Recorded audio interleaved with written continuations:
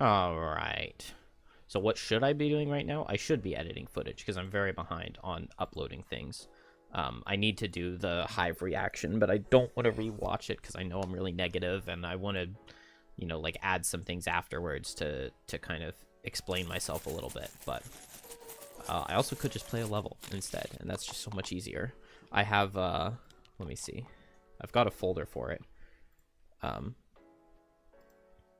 I've got all of these, you know, these big ones are just like full levels, and then a bunch of levels I have to, you know, I play for a little bit and then I pause it because I have to take care of the baby or something. And then I've got like little tiny things afterwards. So these should be all of my clips that are good to go. 32 gigs. 32 gigs of footage for me to sort through to try to upload that I'm behind on. So whoops. So instead, let's just play this, right? Let's get our levels set. And then we just need to do a road event. And increase the difficulty. Ooh, 25. That's kind of a lot of health. Should be in winter now. Your trek through the frozen tundra is a harsh reminder of why traveling during the winter is always a bad idea. As you crest a hilltop, you begin to notice the snow swirling more rapidly, despite the lack of wind. You gaze around as the horizon quickly slips into a blanket of white. Suddenly, an Algox bandit steps out from the tree at the base of a hill and roars. She seems intent on killing you, probably to take everything of value from your corpse. Option A, maintain the high ground to give yourself a positional advantage in the coming fight. Option B, the snow-covered hill is pretty steep, but you may be able to escape the Algox if you move quickly enough. If we fight, we'll probably take some damage. If we run, we'll probably like lose a card or two of stamina. Is it the end of the world if we lose some stamina here? I think we can still maybe get through this first room in a single rest cycle, even if we lose stamina. Let's do option B. Let's run away, because I don't want to take damage. Oh, nice. Yeah, we definitely have a sled. You clamber onto the sled and race down the hill as quickly as possible. You bear past the bandit to the sound of a chorus of roars coming behind you. Your sled crashes near the bottom of the hill. It only repairs, but at least you're alive. Lose a wood. Totally fine with me. Much better to lose a wood than to start brittled and damaged. There we go. So I don't remember exactly what the story was on this one. There are like some Algox that wanted help or something. And this is one of the job posting scenarios that we got for completing challenges. On your way to Vangel's fortress, you encounter an old Algox on the... I know we encounter an old Algox on the road. We just did that road event. Struggling to carry a large parcel. You recognize her as the one who asked for help for your aid and approach her to help. Oh, our liberators! Thank goodness you are coming to our aid. The Algox cries as she passes the load over to you. This Vangel is a monster. He claims to be an ice speaker, but he took just one look at the ice, saw his own reflection, and found all the guidance he needed. Since then, his odious band of goons have made life miserable for all the neighboring clans. The gift you hold ensures my survival. If my yield is too small or too late, I'm sure to be the next one locked up or worse. I don't think we can take another season like this. We cannot pay you, but you will have our eternal gratitude. You hand back the parcel, telling her you won't be needing it, that you have other ways of negotiating, and she should take the supplies back to her village. Then you part ways. You head farther down the road, and she turns back. You approach the courtyard outside the building and are immediately met by a contingent of Algox guards. Where is your offering to the mighty Vangel? One of them asks. You show them your weapons, and they smile. Apparently, everyone has been itching for a good fight. When the doors open, read a thing. So no special rules. We just need to kill some Algox. And that's something that can be arranged. Let's look at challenges and then battle goals and get started. Pack hunting on the third round spawn some hounds. Would be 3 hounds. How much health would they have? No, no, I can't do something like this, not yet.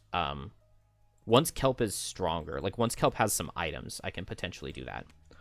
All enemy ranged attacks have +1 range and add +1 move to all move abilities. That seems fine.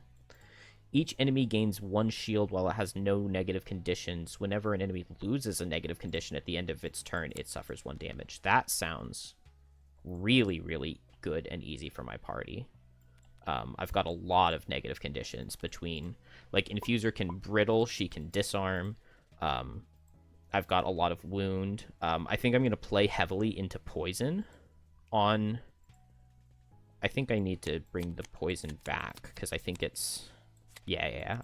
I'm going to be playing a ton into the poison here, because poison is now really good with my party, because Kelp attacks a lot and needs poison for Banes. Infuser attacks a lot, and so poison will be good. Like, dropping Shackles makes poison go way up in value. So I want to play with my new sword. I'm going to keep a move forward jump, because why would I not? Maybe the Shocking Pulse isn't really the bring here, because we don't super need the Pierce on anything. It's just priests that have shield, and like there are only 3 enemies in this first room. Algox are normally like high enemy counts, or high health, low number of monsters, and so I think that will be the play. Because like just doing multi-targets with this rapid fire is going to be almost just as much as the Shocking Pulse, and it's way safer. And so I think I'm going to start with the poison as my mode, because the downside of not being able to heal doesn't matter while I'm full health. And turn 1, I'm going to summon this rapid fire cannon. And then maybe I move forward and I poison. Move forward and attack 2 targets and poison. That sounds really good. So we are going to need the toxin guy and the... not the sniper turret, the machine bolter are the summons we're using in the beginning here. Start down here, put Infuser right here, and Kelp up here. So I need to move Infuser in so that she can tank. Kelp, I'm definitely going to start... Okay, I legit have no idea where I was or what I was saying or doing. It's been 5 hours. That just got dragged into something and I've been distracted. And I'm only going to be playing for 20 minutes here. Maybe a little bit longer, but we can get a start. So okay, yeah. So I'm planning on bringing in the bolter, probably moving forward and hitting with poison. So like 1, 2, 3, hit with poison. And then bring the bolter in back here. So I want to do Mantle of Dread with Tumultuous Panic, and Swift Pivot with... I would love to move 4. Let's do Rising Momentum. Is there any reason for me to do a different card? Is there anything that synergizes well with Swift Pivot? I don't really think so. And nothing seems super important here. So I'm planning to move forward and play Swift Pivot. I'll probably set the Wind. And then next turn, I'm going to do Crystalline Aegis to brittle a target with Gemstone Resonance to get a bonus target with the bottom. Then with my top, I will convert the Wind into Wind.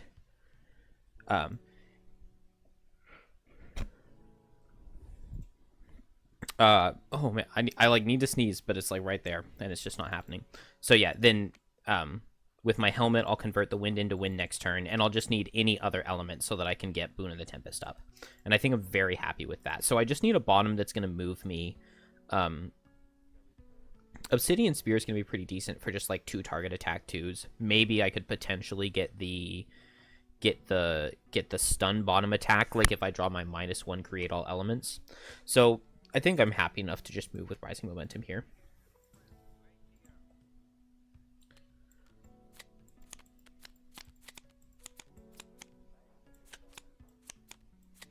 Yeah, okay. And then just one other thing I was thinking about is putting in Onyx Shards instead of this Slashing Cyclone.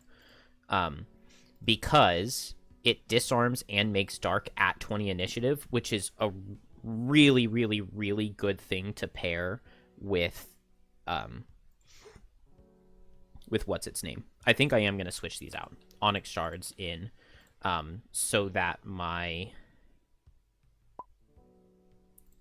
can go at 20 initiative, disarm something, and succumb to fear with the kelp.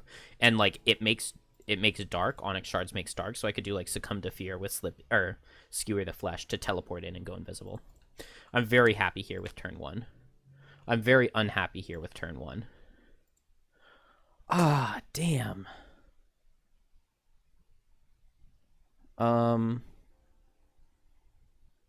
Okay. How do I make this work? Oh, that really sucks. So Swift Pivot, negate the next damage you would suffer from a melee attack this round. And that's not a melee attack. Ah, man, can I just reset the... Dude, I really want to just reset the level. I can move 1, 2, 3, and then I think I would want to use boots to go here so that this thing comes down so that Hive can go 1, 2, 3 and hit both for 1. Or this thing would go here, right? But then I just don't get the Swift Pivot, which really sucks. It's fine. I'll move 1, 2, 3 with my bottom. Actually, no, I'll move 2 with the bottom of Swift Pivot. Then I'll use my boots to move 2 more. And then I'll attack for 3 into the guy who's right on me. He has 1 shield since he has no negative conditions. So he'll take 3. And then now they go. So this guy will hit Infuser, attack for 5. And it'll miss, okay. This guy will hit Infuser, attack for 5. And it will deal 5. So we'll block 5.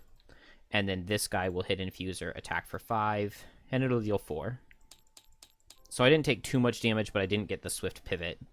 The first time I used it, it just didn't work out. That's unfortunate. Ooh, also, do I want this guy to go here instead? No, I'll have him come down here. Then Hive is going to move 1, 2, 3. Oh. I'll summon first. Yeah. I'll summon first. So bring in the rapid fire summon. So next turn it can hit both of these guys. And then I'll move 1, 2, 3 and attack 1 into both, and it will poison. So first on the left and then the right. And these are attacks for 0 because they have a shield, but this guy takes 1. So 2 and 4 are both poisoned now, and so now they do not have shields. And I'm set up to... I guess I'm set up to brittle both. I don't know. We'll figure it out. Now, if I brittle both, I need to move Hive out of the way so that Kelp can get down there. Although maybe that's not even that important. Since they have this ranged attack, they didn't group up for, like, slipping into death. Because, like, say I were to brittle both of these targets and Bane this guy. After the Bane, he would go down to 2 health. And then if I have Dark, slipping into death is attack for 2 with the poison. My odds of killing there are very good. A -1 will kill with slipping into death. So if he were next to his ally, that would Bane him. And that would be really good.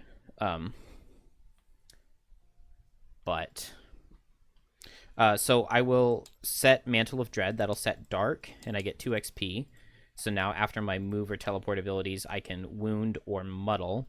And I'll move up onto this guy and I think wound him. It means that I won't be brittling, but that's fine.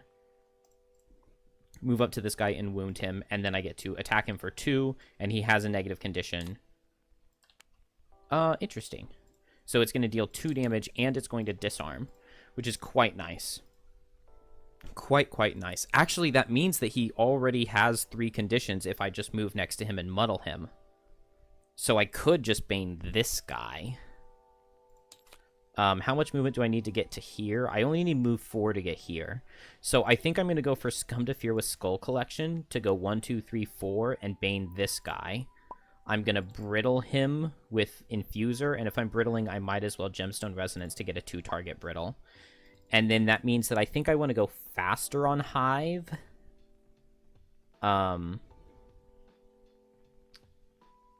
Let's see. I could long-range missiles to hit this guy. I just don't really want my machine bolter to eat the brittles. So I guess I high impact projectiles, and I could like move up and hit that guy or something. It would also be really nice to go under their 15, just in case they attack with poison. They did not attack with poison, but first my bolter, 4 and then 2. Both attacks for 3, so it does 3 and then 2. And then I can move the bolter, but I don't really want to do that. And then I have move 4, attack 2, transfer, attack 2. And so I think I'm just going to go 1, 2, 3, 4, or 1, 2, 3, straight through the Infuser. What's my... Oh, I didn't get battle goals. We're only 1 turn late. On Hive, end with 5 or more cards. Perform an ability targeting an ally between each rests. Would transfer... I mean, yeah, that's got to be an ability targeting an ally, right? Or gain 13 XP. We'll just do an ability targeting an ally, because granting attacks would be targeting an ally as well. So there's no shot I don't get that. Oh, and my Soothing Scepter is an ability targeting an ally. So yeah, we've got that in the bag for sure. Never exit a room with loot tokens in it. I kind of like that. Kill an enemy and open a door, or occupy a door hex. We'll go for loot tokens on Infuser. Infuser also isn't the most important to get battle goals. Ah, dang. If I had had this before the start of the turn, I could have gone for Slowpoke, because teleports are not moves. But here I'm planning on doing a move 4. I guess I could just Bane this guy and then just move 2. But I don't think that's what I'm going to do. In the scenario, at 3 health or less, it also does not say alive. So yeah, we'll go for Masochist. And so I move here, and now I attack 2, but the first attack will poison. So it'll be attack 2, it does 3, and then attack for 3, it does 3. So he takes 6, and he gets poisoned. And I also, at this point, could regenerate Infuser. No, that's not worth it.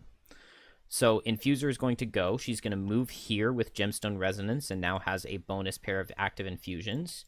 And then we'll brittle both of these guys. So 2 and 4. And that is it. That is all that she does.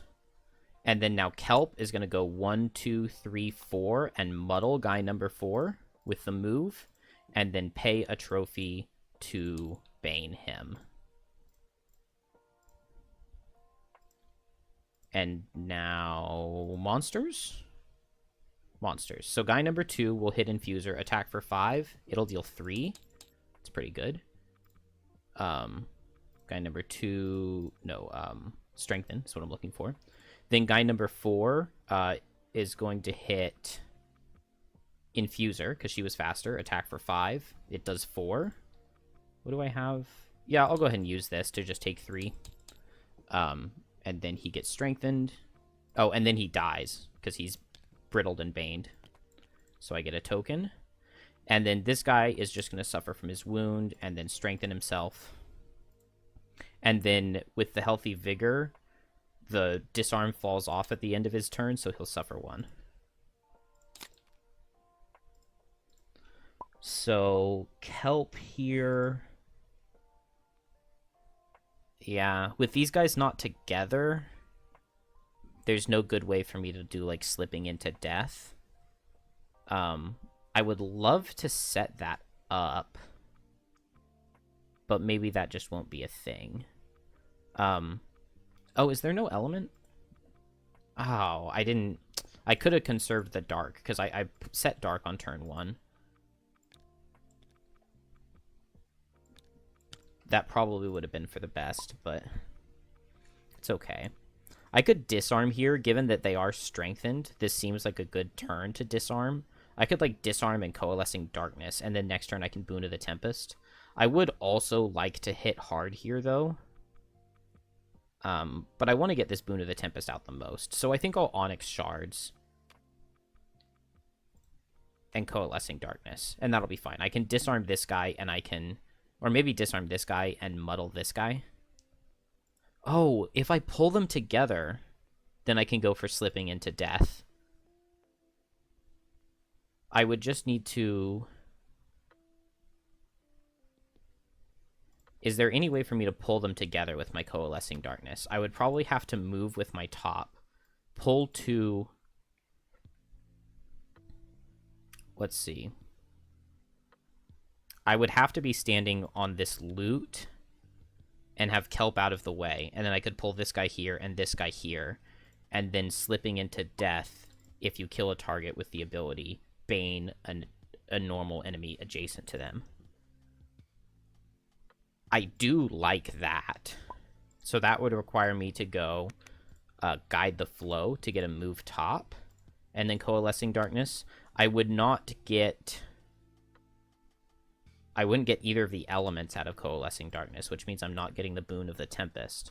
But I just need a bit of damage into this guy to kill him on the following turn with Slipping into Death, which means that I would want to set Dark here. So maybe I would do, like, Haunting Brutality with Soul Hunger.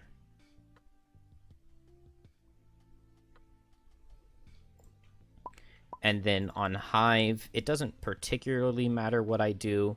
My Machine Bolter is going to hit this guy and take his Bane. But that's not the end of the world, I don't think. Oh, I've also got this Hijack to move them. Okay, so I can Hijack to move this guy up, and then I don't even need to move Infuser. That's nice. Okay, so I'll move this guy up. So I'll probably want to move my Summon forward. Oh, wait, no, that's a bottom. And I'm playing Hijack for the bottom. I can attack at range to deal some damage down here, and then move this guy up with Hijack. You know what? Okay, I think I can change my plan around a little bit. I think I do go for this Onyx Shards to disarm on the Strengthen turn. And then if I just do one target, I get the Dark. Onyx Shards gets me the Dark if I hit the guy who's on me, though. So I can do 2 targets just fine. I just don't have the range to pull this guy in. Dang it.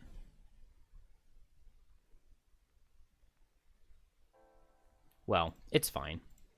It's fine. I think this is fine. And then next turn, I just go High Impact Projectiles and Hijack to move them next to each other. So I need to get as much damage into this guy as is possible. Which I think is just going to be with long-range missiles and backing up. Dang. And they're not attacking. So this guy suffers from his wound. This guy just sets shield. Do I want to... You know what? I'm going to go ahead and Boots of Speed.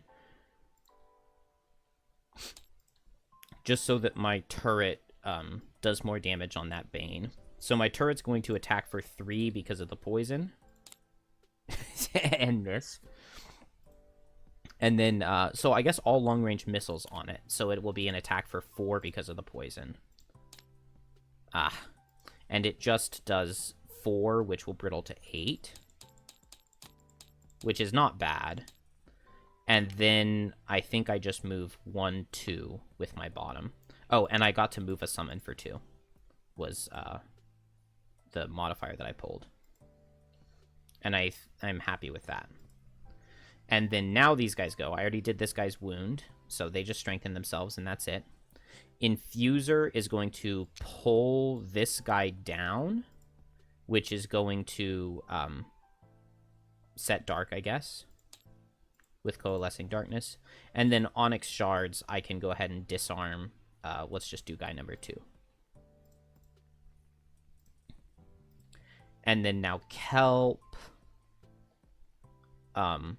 is going to I guess, eat this dark to attack for 3. He has one shield right now, so it's attack for 2, and it does 1 damage. But with the poison, it does 2, and then I take 2 retaliate. So a little underwhelming. And then I will teleport and muddle. And then that is also going to set dark with Soul Hunger. And then now I go really fast, and I move them into each other. Go really fast, I can hit both and move them into each other. Here I have to go just right after. Dang, which I don't have a good initiative for right after. But that's fine. And then here I just want to go as fast as possible, and I guess double hit? Yeah, let's plant it. Oh, wait. Dang it, I haven't done Boon of the Tempest yet. I could Infusion Potion or Radiant Boon to get it right now. That kind of feels a little bit wasted, though. I have Dark. This will turn Dark into Wind. So I think that that's best.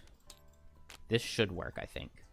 So Kelp is going to use Boots to go at 24. And then who is faster, Hive or Infuser? 35 versus 40. So I will first do this attack for 3, turn Dark into Wind. Into this guy, attack for 3.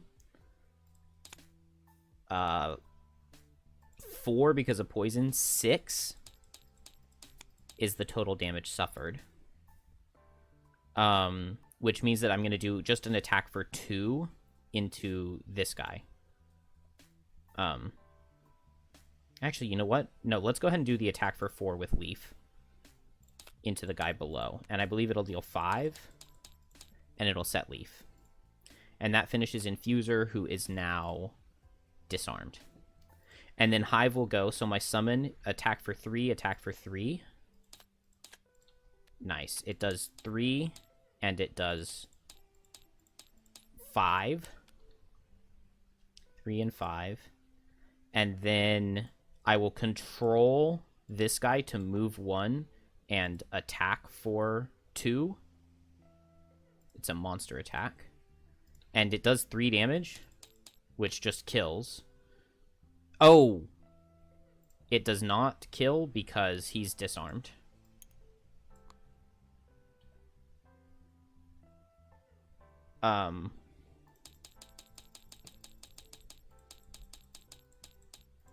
So he had 3 health and he was poison wounded, right? I could switch it the other way to make this guy move an attack. And he would deal 3... It doesn't matter. I'll just move this guy and he will not attack. And then Kelp goes and doesn't need to move, so I'll just do Slipping into Death. Oh, I guess it's just attack for 1, though. Because I turned the dark off. Oh, man, if this doesn't kill, I'm going to feel so stupid. Attack for 1, 2 because he's poisoned. Dang it. It just does 2 damage. Which is okay. So now on their turn, this guy suffers from the wound and dies, which does get me a token. And then this guy can't attack, and then at the end of the turn, the Healthy Vigor goes off when he loses the disarm.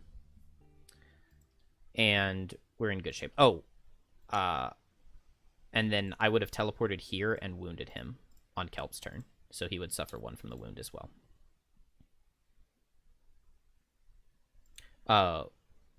And I could have muddled, but it wouldn't have made a difference because I was before him. So I guess I just go fast and hit him, and that should kill. There's no problem there. I'll just set my Boon of the Tempest. No problem there. And then I will just do a thing. I would rather go slower on Infuser. Kelp first, so I get to attack for 2 because of the poison. And it kills, which will get me a trophy. And then I will pick up a loot. Arrowvine, not the most useful thing. Hive is going to use, I should have done this sooner, but use my Soothing Scepter to give Infuser a regenerate. And then I can't grant this summon a move. I wish I could switch. I guess I'll just go here and pick up this. Do I have a switch card? No, I don't have any cards. This is everybody's last turn of the rest cycle. That's really frustrating. There's not going to be any way for me to pick up this loot. Because I don't have any way to, like... I don't have any loot abilities. I think I want the money on Infuser more. Infuser will regenerate, move here, eat the 2 elements for Boon of the Tempest, and get that set up.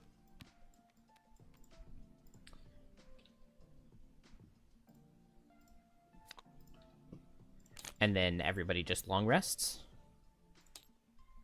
So we get heal 2, heal 3, and full health. We get...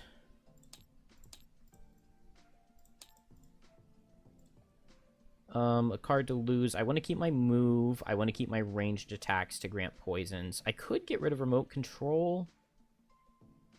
Maybe this repair drone I don't need. This feels like a long scenario. We've got 1 and then 2, or 1, 2, 3 rooms left. So this is going to be a long one. So I don't think I'm going to be doing any extra summons. Refresh all these items. A card to lose. Maybe Onyx Shards, honestly. I mean, it's good, but I don't know if it's, like, super necessary. And then a card to lose here. I could do Slipping into Death. It's just hard to make Slipping into Death work. Haunting Brutality could also go, but it's also a good card to keep for the end. I might just need it, just, like, to get a big teleport 6 at the end, because, like, this is far away. So let's do Slipping into Death. This next room, I assume, is going to be big and wide open, so I don't think there are going to be a ton of enemies standing right next to each other for me to get Slipping into Death off, because we've got, like, Algox Archers and Algox Priests, so it's probably going to be, like, a Priest and an Archer, and a Priest and an Archer, and then, like, 2 guards or something. 3 guards. Did I do everybody's... Okay, I lost a card here. I just didn't recover cards. And I got my items back. Okay, everybody rested. We are good to go. Infuser, I wish had a little bit more health, but that's okay.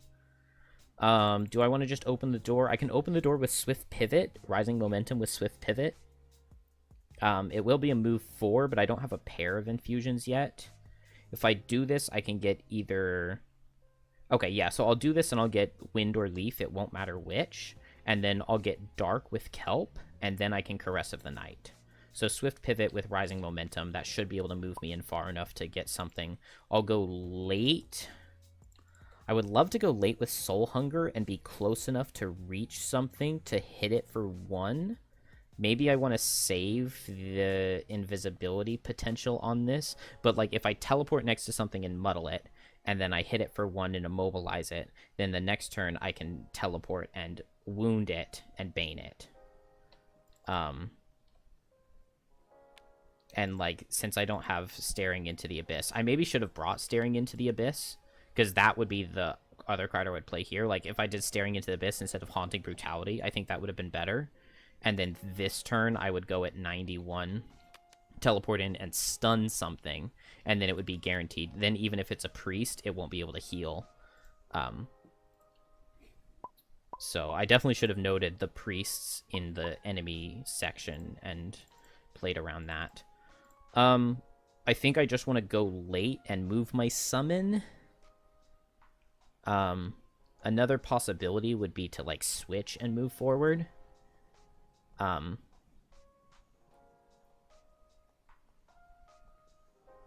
If something comes close enough, I do have 5 range on long-range missiles. Maybe I will... I don't want to play this move 4 here, But I can play the move 3. If something comes up close to hit Infuser, move 3 could potentially get a... I could potentially move 3, get the poison with the bottom, then attack and switch to get my poison summon in position, and then I'll be back here, and I just need to move forward so that I can switch to move my Machine Bolter up.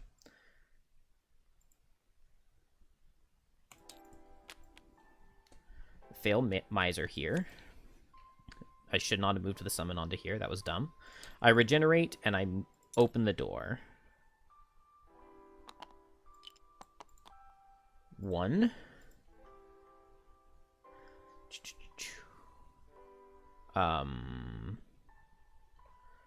You enter a massive courtyard and immediately notice a fantastically large statue at its center. The impressiveness of the monument's scale is matched only by its intricate, dismayed form. A gigantic, muscular figure of an Algox carved in ice stands triumphantly atop a stone pile of bodies rendered in obvious agony. Even through your shock at this artistic composition, you can't help but notice the Algox guards patrolling the area. They've certainly noticed you. You also spot 2 ridges overlooking this grim scene. You reason that either would make a great place to relocate and attack from, but of course, that's where Algox archers are already stationed. Terrific. Just then, you hear a shout come from the base of the statue. So we have Elite Archerer, Normal Guard, Normal Archerer. Dude, that feels easy. We get Standstill, attack with poison on the guards. We get Standstill, attack at 4 range on the archers. Oh, this is really good. This is really good. So I will go here and activate my Swift Pivot. Let's go here and activate Swift Pivot, I think. So when I get hit, I guess I'll still get poisoned, but I do have Regenerate, so it won't be a big deal. Negate the next damage you would suffer from a melee attack this round, and the attacker suffers 4. So I'll move in. I'll set Leaf. Has slightly more uses, I think. Move in, set Leaf with Swift Pivot, and Infuser's done. Then this guy is going to attack. It doesn't matter because the Swift Pivot goes off and he suffers 4. I get an experience, and I get poisoned. Then this guy doesn't move. Then this guy doesn't reach. This guy doesn't reach. And then Hive. My Bolter doesn't reach, but I can go 1, 2, 3. And I attack for 1 with Spinning Blades. Ooh, it does 1 damage. And it will poison. And then I could switch now, but that doesn't do anything for me. No, that doesn't do anything for me. So then I will attack for 2. And then I can switch again. This time it does 3. And now I will switch. So my Toxin Distributor comes here. And I come here. And now I can move. Or, now I can move forward to move the Bolter forward. And that'll finish Infuser's turn. Or Hive's turn. Random item. Ooh, that is a good item. Blinking Cape. During your turn, teleport 4. This teleport must end in a hex adjacent to an enemy. Beautiful. That is beautiful. 1, 2, 3, 4. I could use it right now.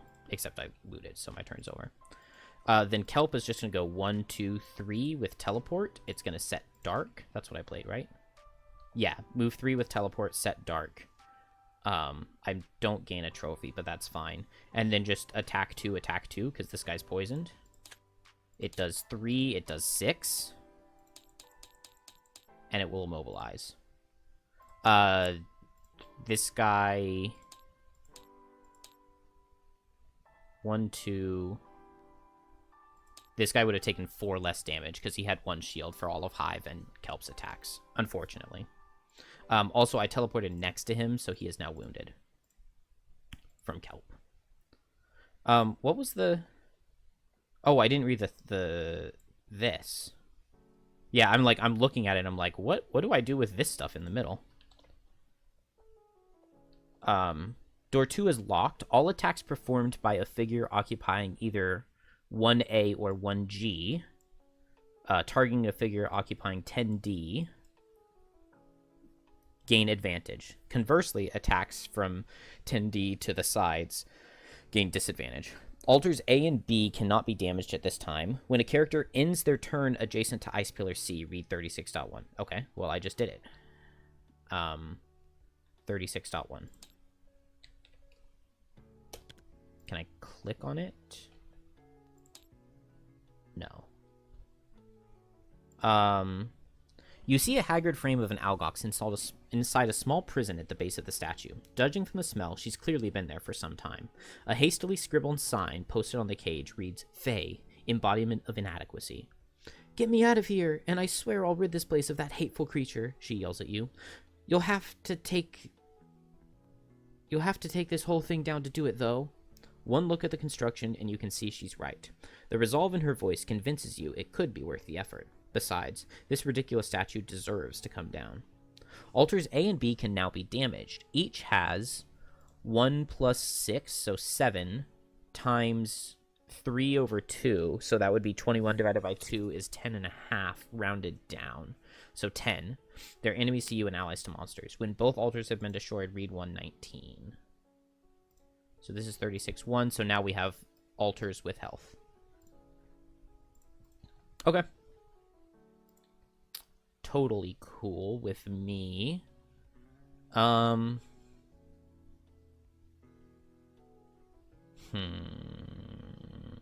trying to think of my options here.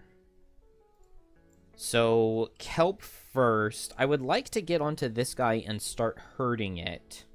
The only problem is I don't have any bonus negative conditions. I love to run like a poison potion. I really want to get that stunning amulet, because if I could teleport with lacerating stabs, wound with the lacerating stabs, muddle with the mantle of dread, stun with the stunning thing, and I could just bane this guy instantly, and that would be amazing.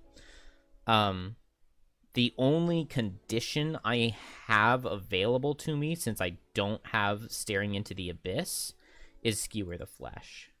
Yeah, early levels like this, you really need the staring into the abyss, especially without items, because like that bottom move and disarm can easily give you 2 conditions. I could stamina potion to get skewer the flesh back. That's a little bit slow though, now that this turn has already ended. I'm never really killing this thing by attacking it, though, is kind of the problem. I could Haunting Brutality to get wound and poison on it now, and then Tumultuous Panic. And, like, you know, those attacks would start to add up. I'm probably fine to tank it for a little bit. The problem is just not getting the Bane is going to kind of add up.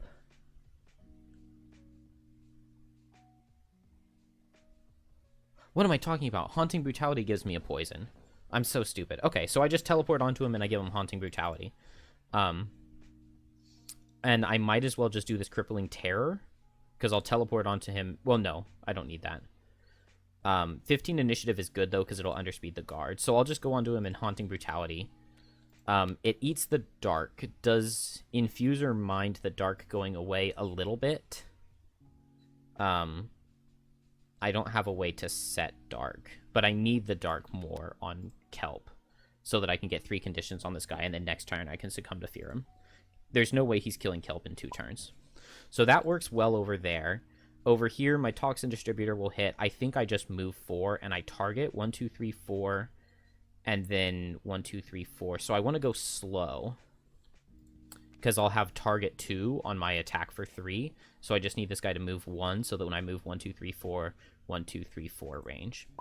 Which just means that right here, I could double hit this guy. I want to go fast, because I will be the focus. I could brittle and hit. I will not have the dark. I wish I did have dark for Caress of the Night. Maybe I'm setting dark here. I could darken wind with Coalescing Darkness for Caress of the Night next turn. Which means that maybe I don't brittle because I wounded this guy. So maybe I shouldn't have wounded him. I could hit him hard with Desperate Throw, but then I get disarmed and I don't get the strengthened attack 3, so that's a little bad. What's the initiative like if I just Obsidian Spear? No. I want to be faster than... I want to be faster than my Hive. I could Boots of Speed to go slower on Hive, but that feels kind of dumb. I could Gemstone Resonance. This would be just an attack for 3. And I don't really get anything out of the heal, but it gets me another infusion up. I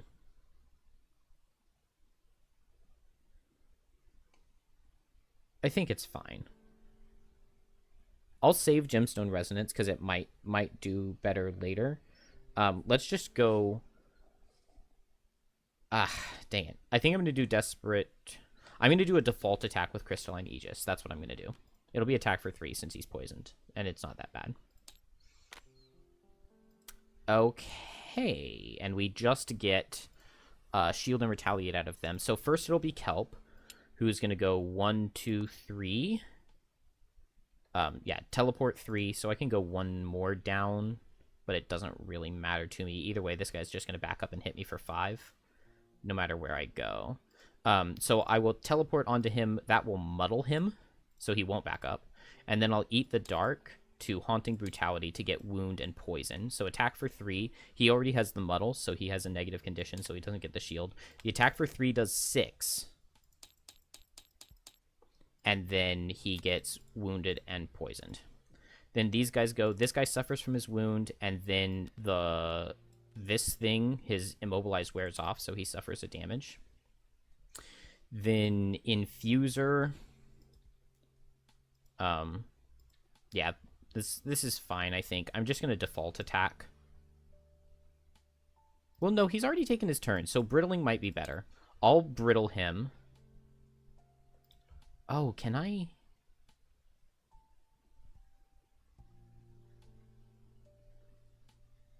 What if I move here with my boots? I can move there because this is not... Because this altar is an enemy to me. Altar B is an enemy to me. And then I can pull both of these guys in with my Coalescing Darkness. This guy was 3 range away, so I don't get any elements, but I can brittle both. And that feels pretty... Oh, wait. No, I can't brittle both because I don't have 2 brittles. Okay, never mind.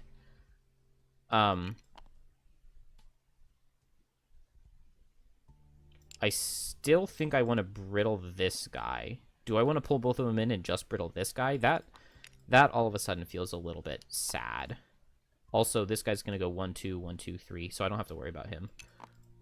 That's fine. I'll do this, and I'll brittle this wounded guy.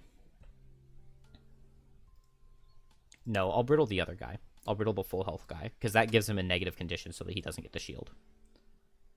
And then... Now it's the archers, so this guy goes 1, 2, 1, 2, 3, so he's not in range. This guy suffers from the wound, hits me for 5 at disadvantage. It does do 5, and then the muddle wears off and he takes a damage. So next turn, I just Bane him, and he dies to the Bane. And then this thing is going to attack for 2, 3 because he's poisoned. It does 3, and I can move him. And then I go 1, 2, 3, 1, 2, 3, and I have a 2 target range 4 attack. So first into the brittled guy, it does 8, and then, oh wait, no, he wasn't poisoned, right? So he takes a little bit less. It's only attack for 3, so he would take 6. And then with move 2, I actually might want to move the distributor this way so that I can get the poison on this guy. Oh, also Infuser is not poisoned because of a regenerate. And then I get attack for 4 onto this guy. And I get another move. And now I move this guy closer, and he'll target guy number 1 next turn. And so that'll get the poison on him so that Infuser can do more damage. And I'm very happy.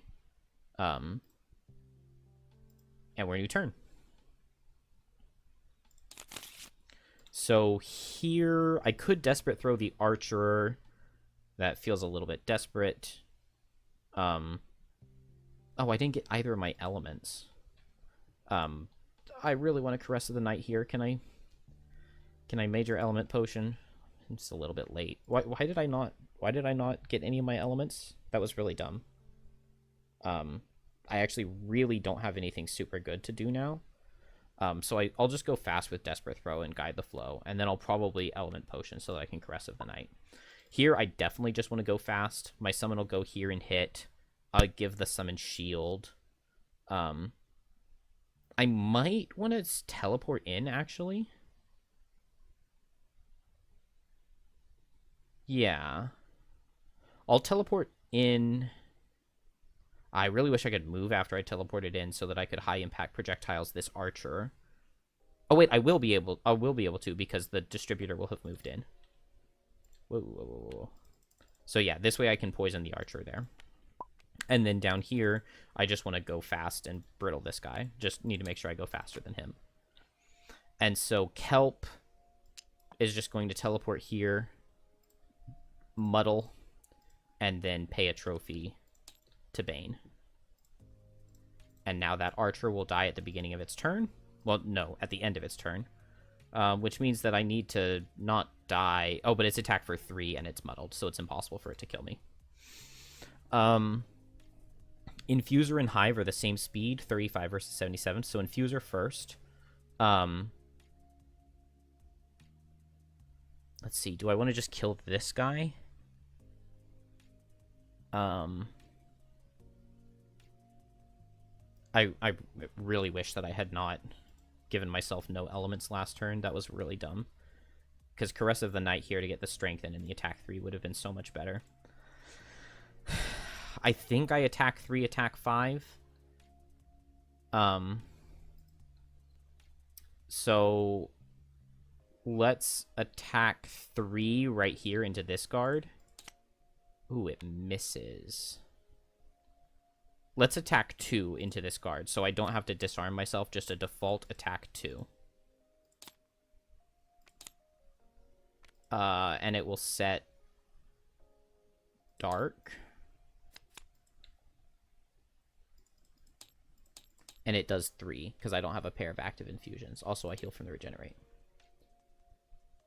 And then now it's Hive, so this guy's number 1, so my my summon targets him. Move, and it's just attack for 1, because he doesn't have any negative conditions. The attack for... Or, well, no, it's an attack for 2. He has 1 shield, so it does 3 damage. And it will give him a poison. And then now I switch...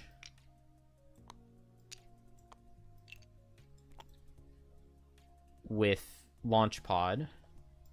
I don't get the heal. I don't need the heal. I'm full health. And then I've got attack for 2 to target, range 3. So I'll hit the archerer and then this guard. Okay. The archerer gets poisoned and then the guard dies. So this guy's poisoned. This guy dies. And then now it's the archer. So this guy's going to hit Hive, attack for 5. It'll deal 6.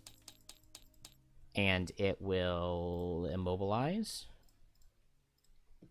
Then this guy is going to suffer from the wound, attack for 3. It'll deal 0 damage.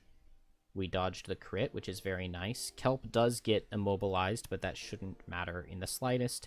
And then this guy dies, which will get me a token. I want to pick up that loot. Well, I probably can. Oh, I don't have any move abilities, actually. Or I don't have any teleport abilities. That's unfortunate. Oh, I also forgot. I do have that Blinking Cape on Hive, which I can use in this scenario. This is all fine. Now this guard hits Infuser, right? Yeah, Infuser was faster. So attack for 4. And it does 4, and so we'll block all 4. And be happy. And new turn. So now I have the dark, so I'll go for Caress of the Night. Gemstone Resonance, Caress of the Night. I think I used the boon, the Radiant Boon, rather than using the Infusion Potion. I can't do anything on Kelp since I'm immobilized, unfortunately. I don't have a teleport for some reason. And then I need to hope that 40 is fast enough, which is not that fast. Oh, and I'm totally fine. So guard first retaliates. Kelp, unfortunately, does nothing. Infuser is going to move 1, 2, heal from the regenerate, move 2, get an extra pair of infusions, then eat the dark and any element set by the radiant boon to get Caress of the Night. So now there are 2 pairs of active infusions. Infuser gets strengthened and will attack for 3. And we get +2 or +2. And so this guy has 1 shield, so his attack for 4 because of the poison, so it does 5. And then she takes 2 retaliate, and we'll lose the regenerate. And she's gonna get hit for 7 here, which is fine. Oh, I did forget to do advantage last turn. But it is what it is, right? I also forgot to do disadvantage on Hive's hit, but Hive's hit did miss anyway, so... Forgot the scenario rules a little bit. I don't think it's a big deal. Do I want a stamina potion here is the question now. I could Obsidian Spear. Getting that stun would be pretty good. We're not super healthy here. I think I will stamina potion. The question just becomes what card. Desperate Throw I like. So let's go ahead and Element Potion, Leaf, and Dark. And Stamina Potion, Desperate Throw. And then I can Obsidian Spear to hit the Archer, and then I can Desperate Throw it. And Desperate Throw won't be at disadvantage. Also, maybe I'll just go after the guard. Maybe I'll stun the Archer and Desperate Throw the guard to try to kill. Oh, I haven't done Hive's turn yet. That's nice. So my summon will hit Alter B, and it does 3, but it can't hit anything else. And then, so I could default attack for 2 onto this guy, or I can switch, and when I switch, my summon would get to attack, and then I could move the summon. Or I could move this guy. Yeah, let's do that. So control this enemy to move 1, attack for 2 into the altar. It does 1 damage. And then command my bolter to attack for 3 into the both. So first into the guard. It does 8 damage. Because it was attack for 3 plus 1 for poison, crits for 8, and then attack for 3 into the altar. It'll deal 3. Not bad, not bad. Let's go ahead. Oh, I did forget the shield, so he takes 1 less. And so that does change. I was thinking I would Frenzy Potion to attack him and kill him, but now I'm thinking not. Because, yeah, Frenzy Potion, it would need +2 to kill through the shield. And I already pulled my crit this turn. So, yeah, my odds of getting +2 are, like, almost non-existent. So, yeah, let's not do that. Would have been really nice to kill this guy, but that's okay. And now the Archer will shoot Infuser. It is with advantage. Damn. 7 crits for 14. And then I block 2.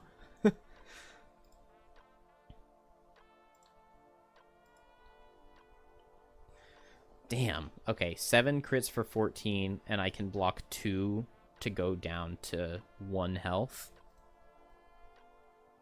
Oh, oops.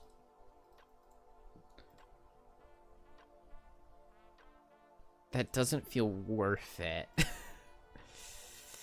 If it gets the 14 next turn, I'm totally totally screwed. Completely and totally screwed if it gets 14 next turn. Because I'm going at 16. I have one play I can do if it does that. I do have one play I can do. So let's go at 16, and I long rest both the other characters. No 14. We do get a hard card out of him, though. This is fine. So Infuser is going to Obsidian Shards to eat the leaf in the dark to attack for 4 with stun into the Archerer. It's a ranged attack from below, so it's disadvantaged, but I'm strengthened, so it's neutral. Okay, nice. It does 4, 5, 6, 7. There are no elements, but it does deal 8 damage because of the poison. And it will stun, which is very good.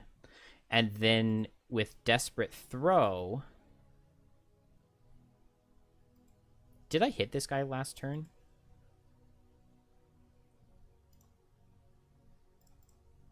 I did hit this guy, right? So he should be wounded and muddled from Caress of the Night, because I hit him for 3 last turn with the Boon of the Tempest. So I should have said this earlier. My Hive is going to go... I'll just go at 17, so I'm right after Infuser, since I get to pick my speed on the long rest. And I think that means that I can afford to Desperate Throw the Archer. So I will disarm myself. I'll just do the full attack for 5. 6 because he's poisoned. And it's a melee attack, so I still get to strengthen. Oh, baby. 6 crits for 12 damage. I'm so happy I did that. Like that. I'm so happy I did that like that. Then now my Hive goes at 17 speed. My Bolter will hit first the guard and then the altar. The guard, its attack for 2, 3 because of the poison, and then it draws a +1, so it kills. And then into the altar, +1, so it kills. And then I can switch, but this was my first summon, so I don't get a turn if out of switching.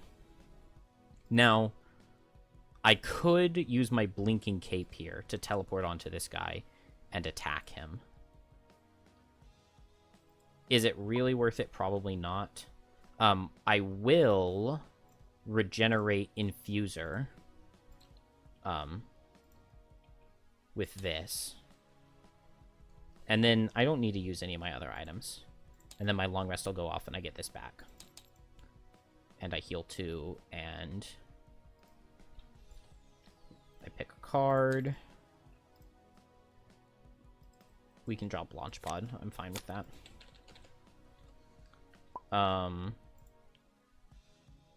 The Archer goes and he's just stunned. Oh, he's also wounded, right? Because Desperate Throw is a, Oh, and then he's losing a negative condition, so he'll suffer 1 as well. Desperate Throw is a melee attack. Kelp. A card to lose. Maybe Haunting Brutality. I kind of like the idea for keeping the Suffer 2 just for, like, the very end. Just because it's a good bottom. Maybe not necessary, though. Skull Collection. We have a lot of movement coming up in, like, this long corridor, so I want to keep Skull Collection for that. Maybe Crippling Terror I don't need. 2 target attack 4 is kind of like, on the loss. And then this bottom, the piercing is not significant on anything in this scenario.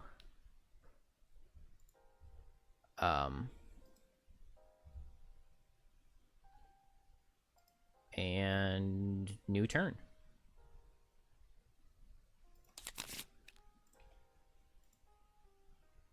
So, unfortunately, my Bolter's not going to be able to do anything. I need it to move. I think I just go fast and I move up there and I hit this guy. Move 3 with Spinning Blades will do it. So yeah, I should just be able to kill him, hopefully. I might even be able to transfer out. Although this is not really where I want my summon to be. And then over here... 1, 2, 3, 4 with Skull Collection and start hitting this thing. So Hive This thing does nothing. I move 1, 2, 3, and I attack for 1 with spinning blades. I didn't really get this card to play the bottom, but it feels really good. And then attack for 2 with my top. It does 2, so I will not transfer, and I will do another attack for 2, and it kills. And then that finishes all of that. Then I do move 4. 1, 2, 3, 4. I would love to pick up this loot, honestly. It's super troll.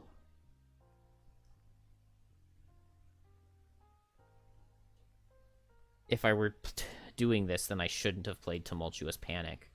Because then next turn I would be able to teleport 3 and then move and hit. I just really wish I had a way to pick up this loot. Because I would love to get some loot. 1, 2, 3, 4. Maybe I can go here, and I'll get an attack for 2 off. Oh. That's so sad. Okay, Infuser regenerates and then heals 2 on the long rest.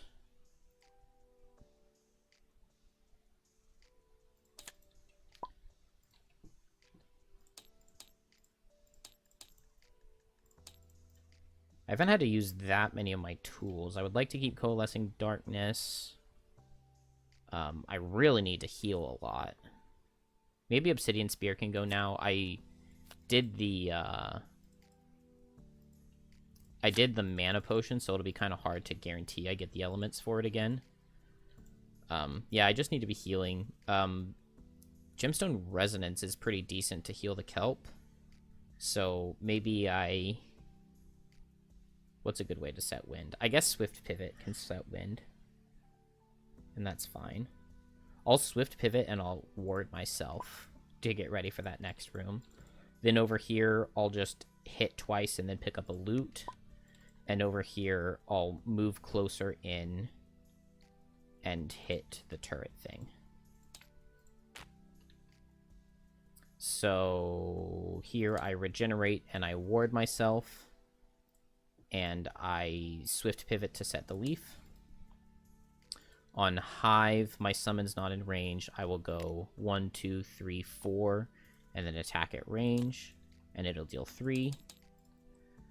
And then on Kelp, I attack for 1 twice, and it'll deal 2. And then I'll pick up a loot. Oh, nice. Money is very, very good. I needed that. Oh, I guess I can move. I wanted to go here. Dang it.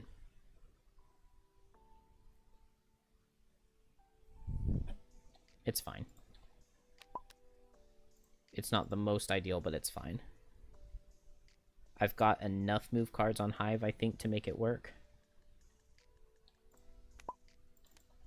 Here I wanted Gemstone Resonance. So Hive is going to move here and then transfer. And then grant an attack for 3. And it'll kill. And so then we get the thing, 119.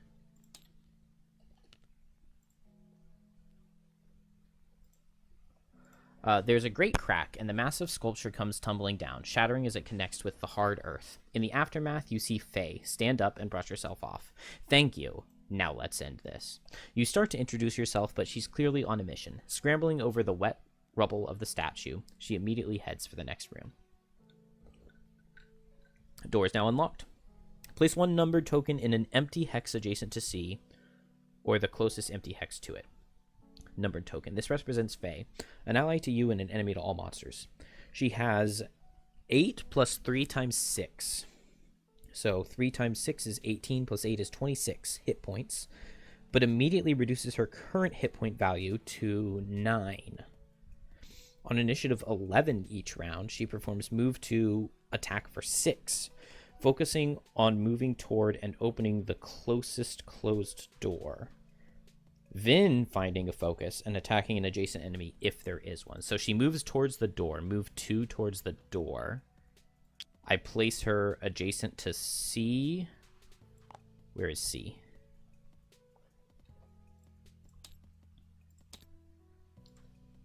Okay, this is C. So I can place her over here. And she'll move 2 towards the door each turn.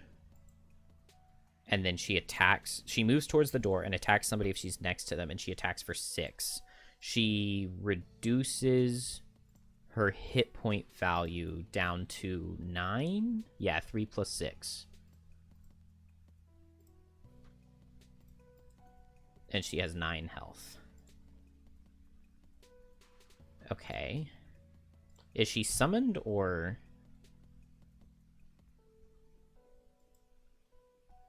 I guess she gets her turn now and will move 2. And so now do I want Infuser? I think I want to heal Faye. So I'll go 1, 2, 3. Do I want to open the door? No. That would be dumb. That would be crazy. I'll move 1, 2, 3, and I'll eat the leaf to... Well, is it that crazy to open the door? Yeah, because there's not going to be anything right here.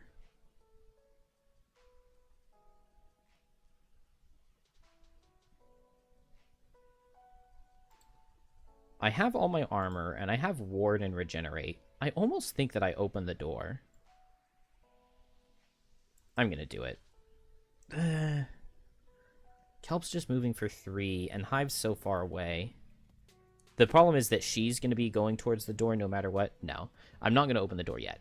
I will just strengthen myself. I waste the attack for 3, and I give Faye heal to regenerate. Because both Infuser and Faye need to heal up before we go into this room. And then we need Kelp, who goes 1, 2, 3. And sets dark. Yeah, move 3, set dark. Teleport 3, set dark. So I've got dark. I could Coalescing Darkness. Move with Desperate Throw bottom. And Infusion Potion to Coalescing Darkness. I don't hate it. I have armor. As long as there aren't a ton of enemies in here, it's okay. I also kind of like the idea of lightning ealing later in the round.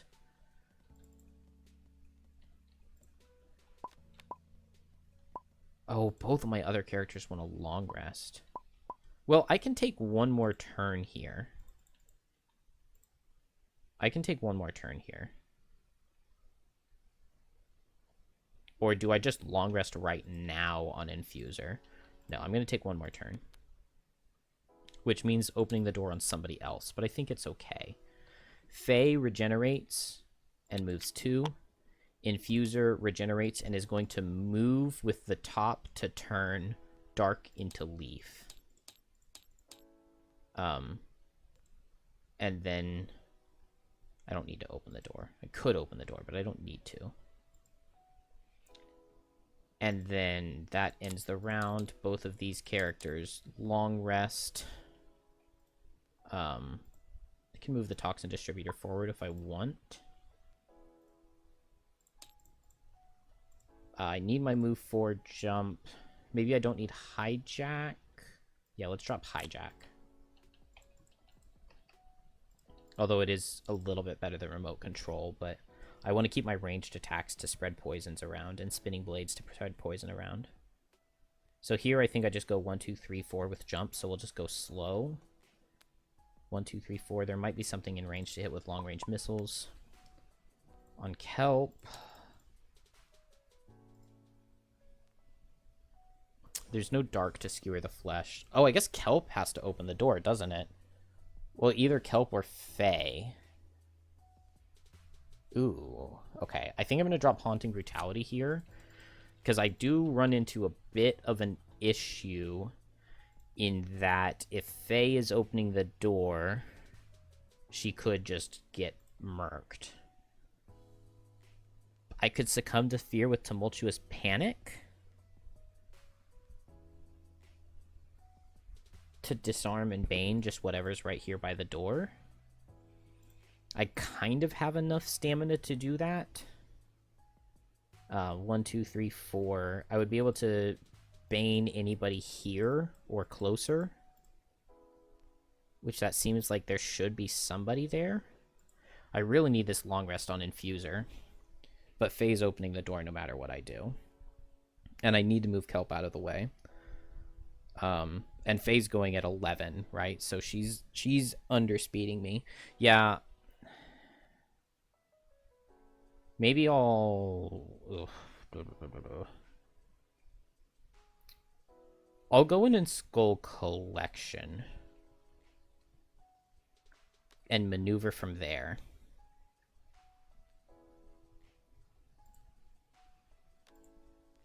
And we'll just figure out what we're doing after that. Oh, the Faye goes first. That's right. Okay, so Faye opens the door. She regenerates. And then opens the door. Goes 1, 2. And we'll hit this guy for 6? Question mark? Oh, you exit the courtyard into the stronghold's main structure. There you discover the corridor to the throne room is full of priests intent on protecting their leader. When door 3 is opened, read that, return back to read the special rules if necessary. And yeah, her attack is attack for 6, attack for the level. Move to attack 6. So she does hit this guy because she's just moving towards the door. And so we don't have the ally deck, do we? We'll just use this. She does 7. 6 because of the challenge. What are they doing? Oh, they're going to heal him up. And he's going to back off and attack for 5. That's really going to hurt. Dude, why do they give her so much health when there's, like, no way to get her? I mean, I guess if you're running a team comp that actually has heals, maybe I need to incorporate some. Although I don't really have access to that many. Damn.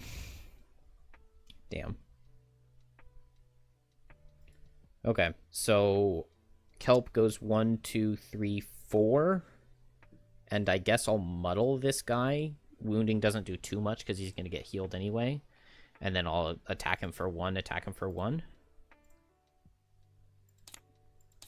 He takes 3. And he gets immobilized. And then this guy goes here. This guy goes 1, 2. And they both heal 6 into this guy. And then he will attack with disadvantage into Faye, who will take 4 damage, but loses that regenerate I gave her. And then now Hive, Toxin Distributor moves 2. 1, 2, 3, 4 on Hive. And 1, 2, 3, 4 with long-range missiles. So attack for... this guy's turn has finished. He suffers 1 from the thing, but now it's just attack for 2 since he has no negative conditions. And it does 2, and I can move my guy in. And now he's poisoned.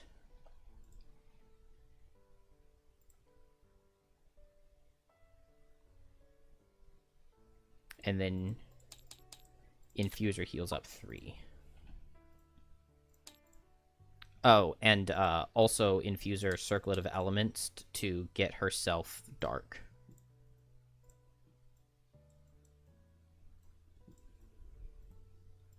I'm really low on Infuser cards. How am I this low?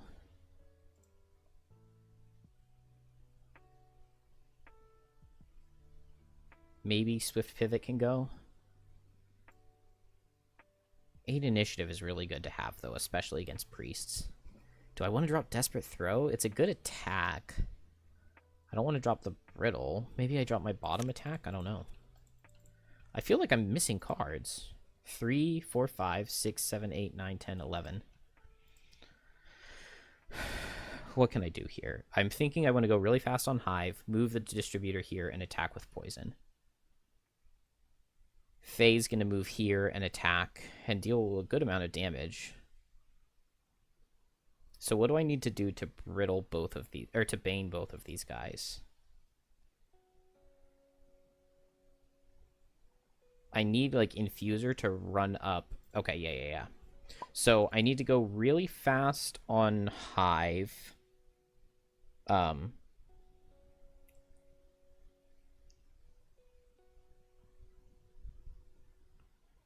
high impact projectiles should work fine with spinning blades. I need to go really fast on Infuser. 1, 2, 3, 4, 5.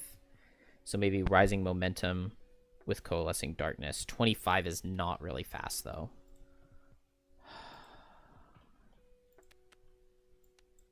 So I need to go faster. I could Swift Pivot. Yeah, that's fine.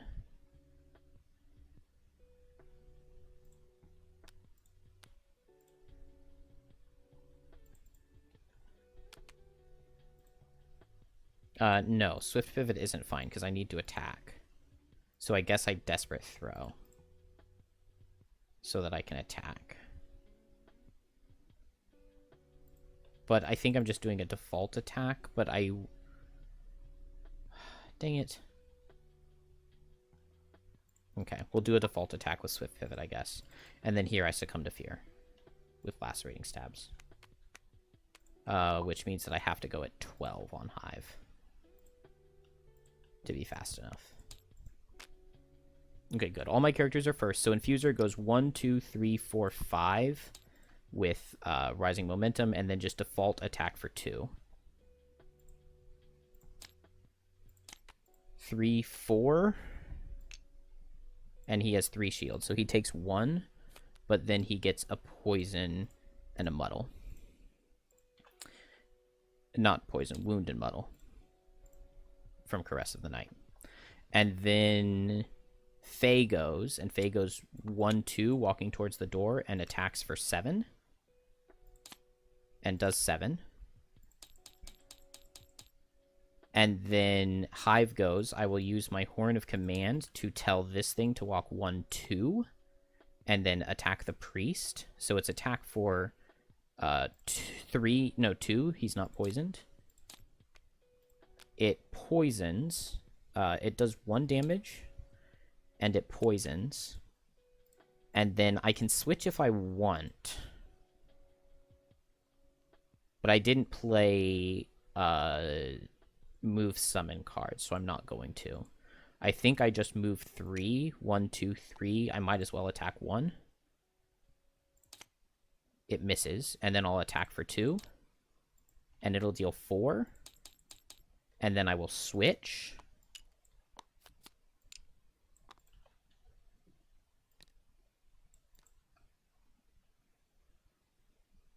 Oh, I wasn't in the poison mode.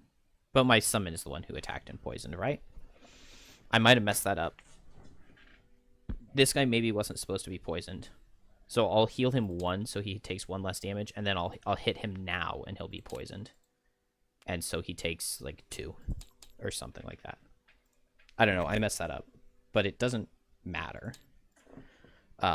Because Kelp is next, and Kelp will just teleport in place to give this guy Wound and Muddle with Lacerating Stabs.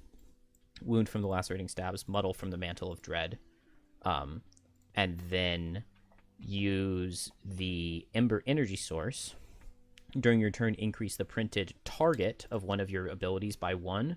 And this says pay 1 token to Bane 1 target. So we'll increase that 1 target to 2 adjacent, normal, or elite enemies, just 1 XP, that have 3 or more negative conditions. These guys both have 3, so they will both get baned. And I will be happy. And then that finishes everything here. And so this guy goes... Is he really targeting Faye? Oh, no. Okay, attack for 5 at disadvantage. It does 5. Oh, man, I let her take way too much damage. That's probably going to be a big problem. I don't lose if she dies, do I?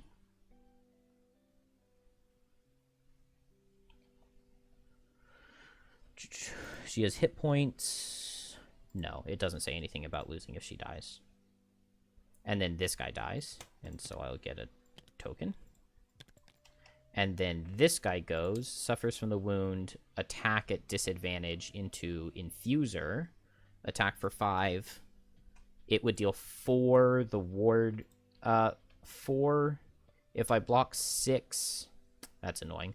I'll block 6. It has Pierce 3. So attack for 4 with Pierce 3 is like attack 7. I block 6 with my shield, makes it attack 1. And then my ward will block it. And I don't lose my regenerate.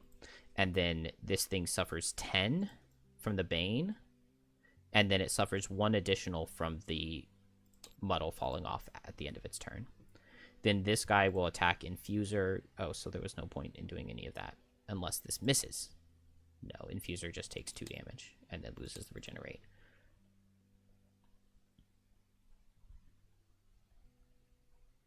I feel like I should have done that turn better. Does it even matter if I Circlet of Elements? I'm not even going to bother with it. I probably should have, but I really need to heal up Fae. I think I go fast and I grant attacks and I regenerate Scepter Fae. Here, I just Tumultuous Panic to move over and hit this guy, probably. And then on Infuser, attack hard with Desperate Throw. Ah, see, I helmeted the Dark. I was just thinking about it. I helmeted the Dark into Leaf. So that now I can Gemstone Resonance. And I think I just go fast and Gemstone Resonance.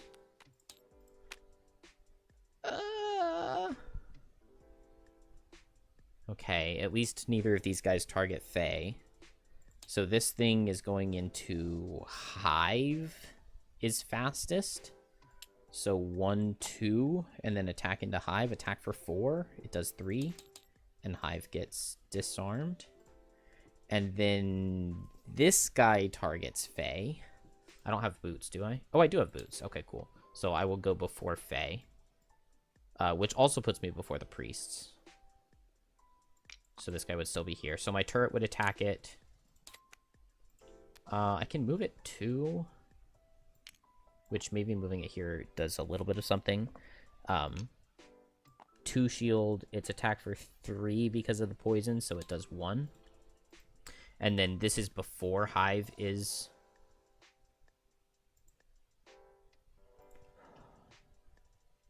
So do I want to poison this guy? I don't want the turret to be the focus, right? So I'll move it there so that Hive is still the focus. So I'll keep Hive here, and I'll hit both targets here and then here at disadvantage with my ranged attack. Nothing to the first guy because he has no negative conditions, and then disadvantage. It does 2 damage at disadvantage, and then this guy gets poisoned. I can also move the turret too, but then it would be the focus of this priest, but that way, whoops. That way Fae won't be the focus, and I can give my summon this shield, and I will Soothing Scepter Fae to start healing her. It's not amazing. Okay, now this guy, he already suffered from his wound. He moves here, and he hits Hive, and I already did the damage. And then this guy will back up and hit the Bolter, attack for 3, and I gave it 2 shields, so it takes 1. That was actually still really close. And now the Bolter is disarmed. And then Fae moves 2 towards the door and will attack for 7 because of the poison, 6, 5 because of the shield. Infuser... Let's use the boots to move on to something. So we'll go 1, 2, 3. Then Gemstone Resonance. So strengthen myself. Heal Fae, who needed to regenerate on her turn. And then just an attack for 3. I think I take the -1.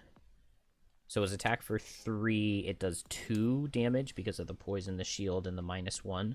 But I get all 3 of these elements, and then I will ward and regenerate myself.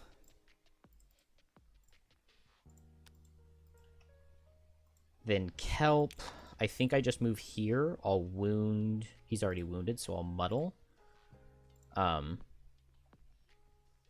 the move can set dark, it doesn't matter. And then I attack for 1, attack for 2. The attack for 1, it does 2 damage. Oh no, he has 2 shield. It does 1 damage. And then the attack for 2, it's like an attack for 3. It does 4, which does 2. And then Kelp loots. Am I fast? Oh, no cards. I probably survive 8. And no cards on Hive either. Okay.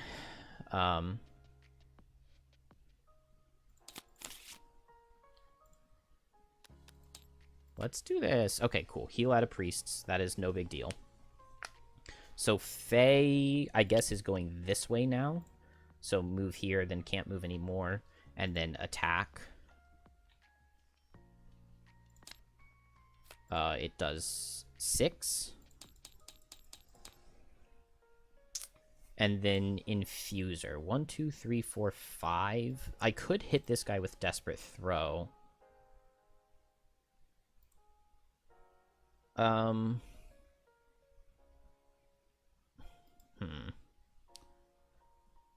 I could Coalescing Darkness, like, right where I am, so that I get another infusion up while I've got these elements.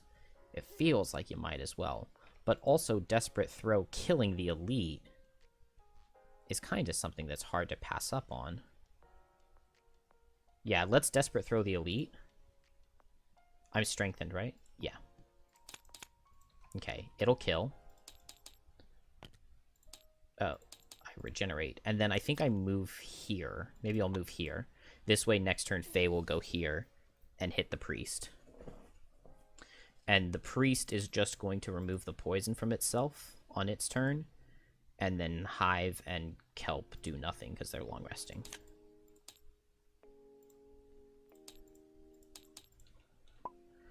Kelp. I'm getting low on cards, but it should just be like an Ice Speaker in the final room, right? That doesn't seem bad. Definitely save my Bane, save Tumultuous Panic. Yeah, just teleport onto him and instantly Bane him. I've got this Soul Hunger to get extra Banes off. Lacerating Stabs for some damage. Think I dropped Skewer the Flesh. Don't feel like I need invisibility here. And then here I can just go 1, 2, 3. 3 and hit. I would like to save Lacerating Stabs, I think. So maybe let's just go late on Kelp, I think is fine. Ooh, so low on cards here. I don't think they're going to be... I think it's just going to be one guy in the final room, so I don't really care that much about spreading poisons AoE. So I go fast, and I just want to hit this guy, and maybe I want to switch. Oh, no! Oh, I just got my boots back. Gosh, why do they keep getting the 8? That's so annoying. So first my summon will attack. It gets to move itself too, which is nice. It does no damage because he has no negative conditions. So then I'll move to an attack for -1. And it'll deal no damage, but it will poison. And then I will attack for 2. I get to move my summon again. It does 1 damage. No, he only has 1 shield? Yeah, he only has 1 shield, so it does 2. And then I'm not going to transfer, and then I'll attack for 2. And it does 4. And then I could Frenzy Potion him to try to kill him. I'm going to do it. Frenzy Potion, -1 kills. 0 definitely kills. And then Faye will regenerate and move 2. And Infuser will heal 3. Kelp moves 1, 2, 3, and I did Tumultuous Panic top, right? Yeah, so I set Dark with the move, and I Tumultuous Panic onto the loot. Infuser healed the 3, gets all of her armor back. And so I guess I'm good to open the door here. Gemstone Resonance comes down. It feels like I'm so short on cards. I have Dark, so I can Coalescing Darkness. Probably save the Brittle. A Brittle plus a Bane will be really good for me. Maybe I want to do Swift Pivot bottom, just to move in and attack. Desperate Throw sounds nice. Do I drop Rising Momentum? I guess so.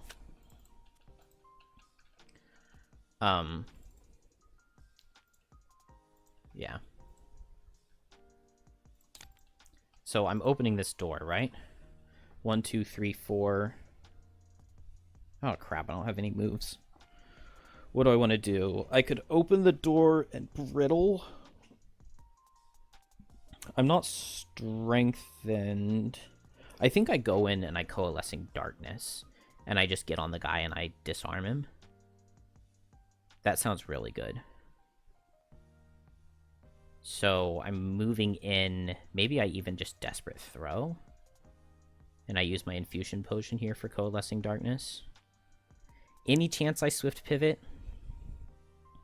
No, I want to see what's in there. Because if there's more than one enemy, lining it up for Swift Pivot on the next turn sounds pretty good. Swift Pivot with, like, Desperate Throw could deal a lot of damage. Maybe I'll use the move on Crystalline Aegis rather than Brittling, because I have my Lightning Eel, and I can get it back if I want to. And yeah, that gives me a good speed, because now I can go in at 22 and Bane. And then 19 is fast enough. So I'll move forward and Poison. I'm happy. Faye regenerates. Oh, she opens the door. Hopefully this doesn't punish me. What the... Oh, no. That is a lot of enemies. You reach the den of the much-maligned Ice Speaker Vangel. He looks formidable, but nothing too special for your eyes. Your newest companion had good reason to be livid. The room was positively stuffed with food and valuables. You smile as you lift your weapon. This beating is well-deserved. The Ice Speaker is Vangel.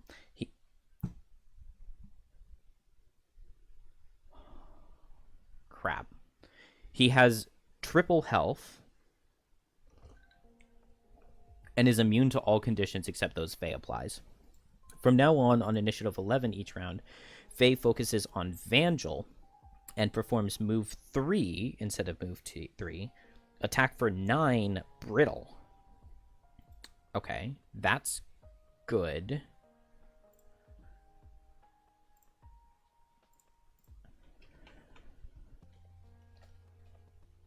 Vangel. 78. 78 health.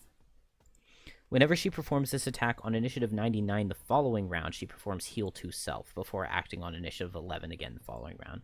So she can attack him for 9 and brittle him, and then she long rests.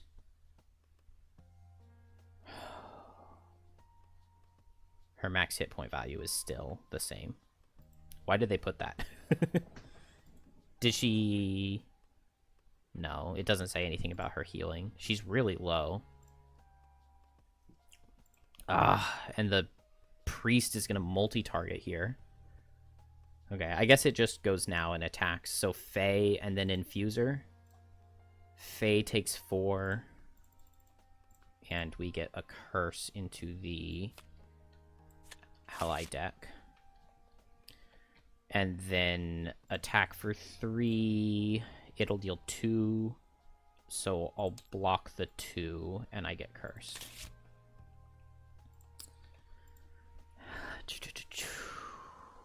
And then it's Infuser. So I want to move in so that Faye doesn't get focused. We've got an Immobilize from Archer. We've got a soft hit from the guard. That's fine. We've got a stun from Vangel. And Brittle. He's moving 4, though, so he's going to reach. I guess I want him to step forward so that she can reach him next turn with her move 3, so that she can start hitting him. So I will go 1, 2, 3 with my bottom. Move 3. I regenerate first. I move 3. And then I will eat the infusion potion with the dark to get Coalescing Darkness.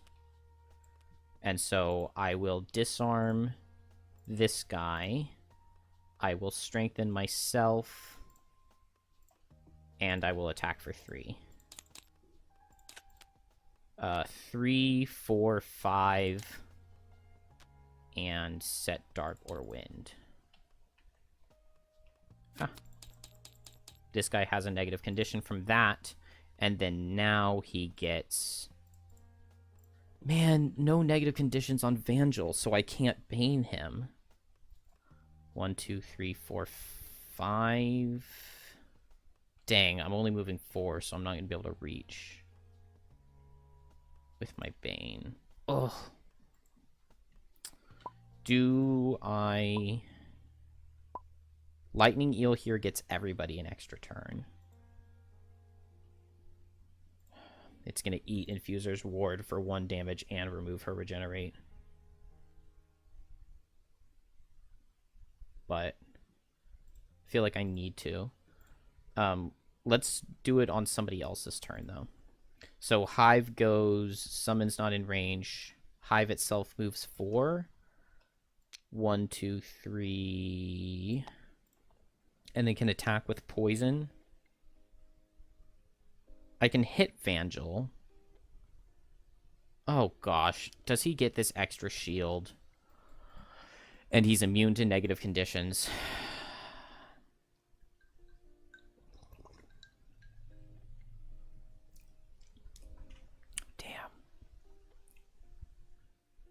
Okay, who do I want to target? I can hit the Guard or the Priest or Vangel, but it's just an attack for 3 with long-range missiles. And it'll poison. I guess I go into the Priest.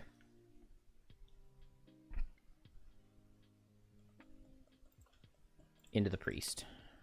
It does no damage. I do get to move my summon for it, which is actually good. And now the Priest gets a poison.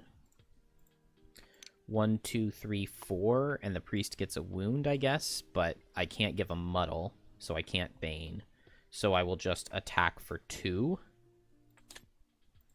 3, 4 with 1 shield, so he takes 3, so that's something. And then now I Lightning Eel. So I take 1 damage, 2, and 2. And then I can heal everybody for 3 with the Forest Imp.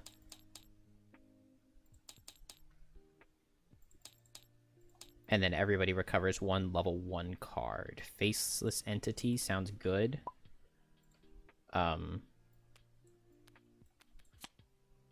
Succumb to Fear sounds good. Crystalline Aegis is my only option, but that sounds pretty good. Luckily, everybody still had a level 1 card. And then now the Archerer is going to shoot Infuser, attack for 3. It'll deal 4, so I'll block all but 1. Then the Guard suffers, and then he loses conditions at the end of his turn, so he suffers 1. And then this guy goes 1, 2, 3, or 1, 2, I guess, to hit Infuser, attack for 5. It will deal 3, and then I will block the stun. So it does 2 damage, and it will brittle and set ice. I don't like that brittle. I do have the Soothing Scepter, so I just go fast and I regenerate Infuser, and then that'll get rid of the brittle. So that won't be an issue.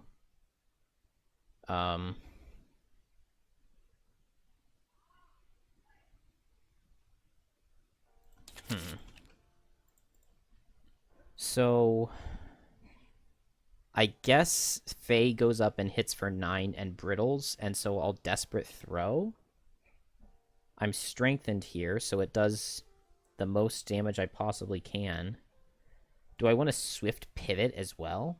I could Swift Pivot to hit both of these guys. That feels kind of good. While I'm strengthened, Swift Pivot first and then Desperate Throw. Then I can't really do anything on the following turn since I'm disarmed, but I think I like it. Let's go at 16 so that the brittle will be there. Here I'm just going to Muddle and Bane this Priest. And here I just go fast. Okay, good. Nothing scary out of enemies. Oh, are you serious?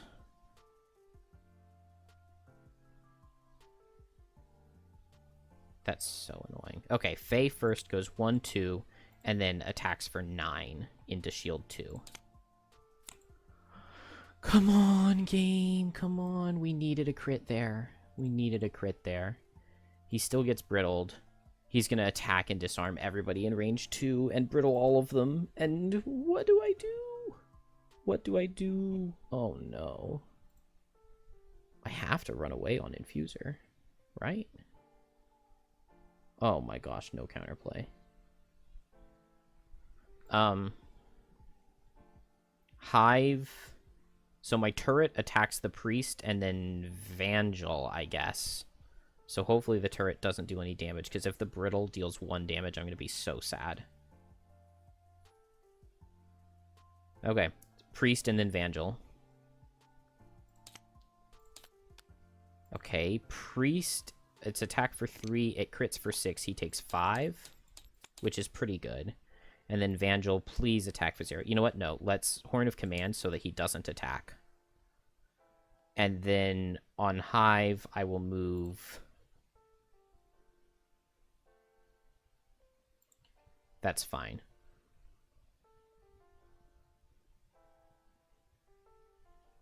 There's no way I have line of sight to this hex, is there? I don't think so. It doesn't feel like I'm doing a straight line there.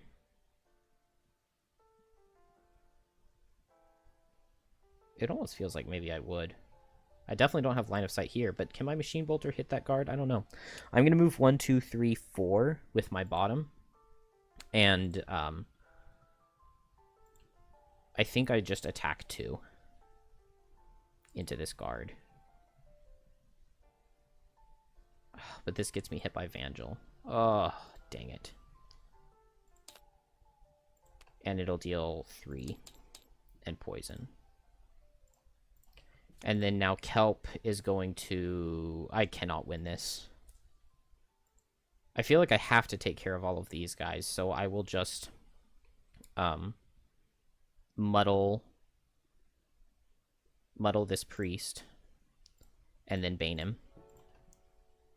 And he'll die on his turn at least. I need Faye to survive. But it doesn't say anything about me losing cards to make her survive. So if Vangel doesn't miss her here, she dies. The Algox Guard goes. It'll hit Hive because Hive was fastest. Attack for 5. It does 6. Which is really bad. That poison. Now Vangel kills Hive with a 0. Which is really bad. So I'll Stamina Potion back Coiled Limbs so that I have a card to lose. Oh, and I regenerated Infuser, so she's not brittled. And that's why I moved up here, so that this guy would hit me. So Infuser heals 1. And then... Okay, let's first... I'm strengthened. Let's attack 4 into Vangel. Dang it. 5. He can't be poisoned. So he takes 3, which is 6. Which is not as much as I wanted. He takes 6 damage off of the brittle. Now he gets a bonus shield because he has no negative conditions. It's gonna... That is gonna be the reason that I lose this. That's so dumb. Do I do the Swift Pivot loss? I can hit these 2 with it. It's probably not worth it. It is an extra attack 4, but...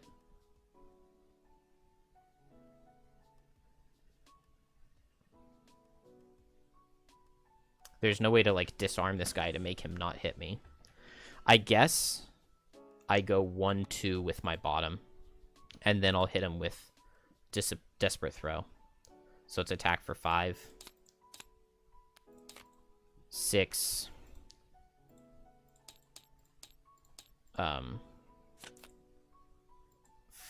5, 6, minus 3. He takes 3. And then I get disarmed. So I didn't really even need to back up because I was going to get disarmed anyway. Oh, no. Archer is going to shoot Hive, attack for 5. Hive loses a card. Then Vangel, attack Fae, and then Hive. Let's do Hive first. Hive loses another card, and then into Fae, and it's going to miss. No. And I lose Fae, and that's attack 9 each round. Although she wasn't even going to attack this next round. This thing suffers from its wound. Gives them a bless. Then suffers 10. Then suffers 1 when the muddle falls off and dies. I don't get a trophy, though, because it wasn't to the wound or bane. And Hive is disarmed. I can't do anything here on Infuser since I'm disarmed. I guess I move forward and I brittle the guard because I can't do anything else. Kelp can't do anything to the boss since he can't take conditions. I guess it's fine. I don't really need Soul Hunger. 1, 2, 3, 4. Yeah. I'll succumb to Fear with Tumultuous Panic to get this Archer, but it's not going to kill, and then I long rest Hive. I think this is Hive's final turn. No, it's not. So, Faye is dead. Dang it. I can't believe I lose this. My first Kelp level. Infuser 1, 2, 3, 4. Can I reach there? Do I have my boots? Yes, I do. So I'll go here, and brittle Archer and Guard.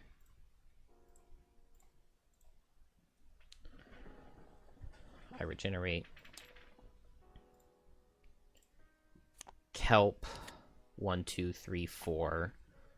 Mobilize, disarm, and then I don't need any more negative conditions, and I just Bane.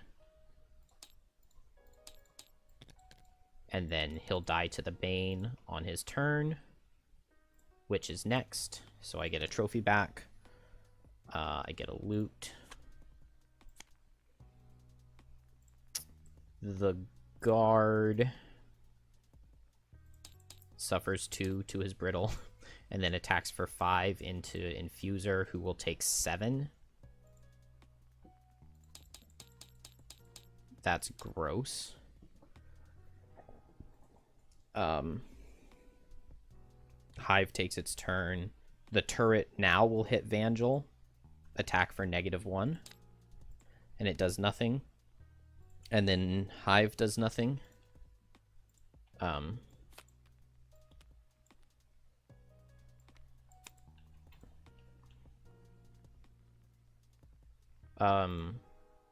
During the long rest, I'll regenerate Infuser. Oh, I didn't do Vangel's turn, did I? He'll attack for 6, and it'll deal 5. And it will brittle and set Leaf. They get a curse. From when Algox hit, but not Vangel because he's immune to conditions. So I just go fast here, and I move up to Vangel, and I hit him, I guess. Maybe I want to target the Guard. I guess I go around 1, 2, 3, 4, hit lacerating stabs, lacerating stabs, lacerating stabs. But it, can't do anything is the problem. Turret will attack Vangel for -1, and it does 0. And I'll just hit this guy for 2 for 2. It does 4 and 3. And then move 2 doesn't get me anything. Yeah, I can't get anything out of moving, so I'll just stand still. Kelp is going to go 1, 2, 3, 4. I guess I'll muddle this guy. And then I'll hit him for 2 twice with lacerating stabs. Oh, why didn't I go into the boss? It would have dealt 4 damage. It does 6 and kills him. And then now I've got attack for 3, which is like attack for 0. and it does 0, and then attack for 2, and it does 0.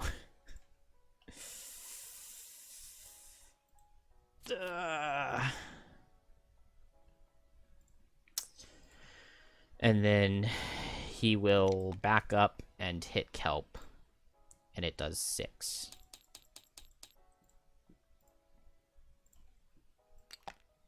Might as well move him here, right? Infuser heals 3, loses the brittle. And now, final long rest. Final long rest. She just long rested, so she's got like 2 turns left. So I guess I do Gemstone Resonance here, and then I short rest and I do Desperate Throw with Swift Pivot, and it can never kill.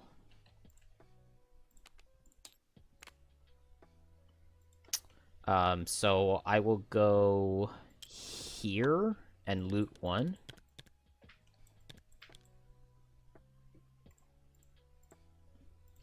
And then... Oh, I don't have Leaf, do I? Was there any way for me to get Leaf last turn? I just didn't even think about needing to actually have the element to do the infusion. That's awkward. I guess I attack for 2 instead of strengthening myself. The attack for 2 does 3, 4, and then crits for 8, which does 5, which would be pretty decent. And then both of my other characters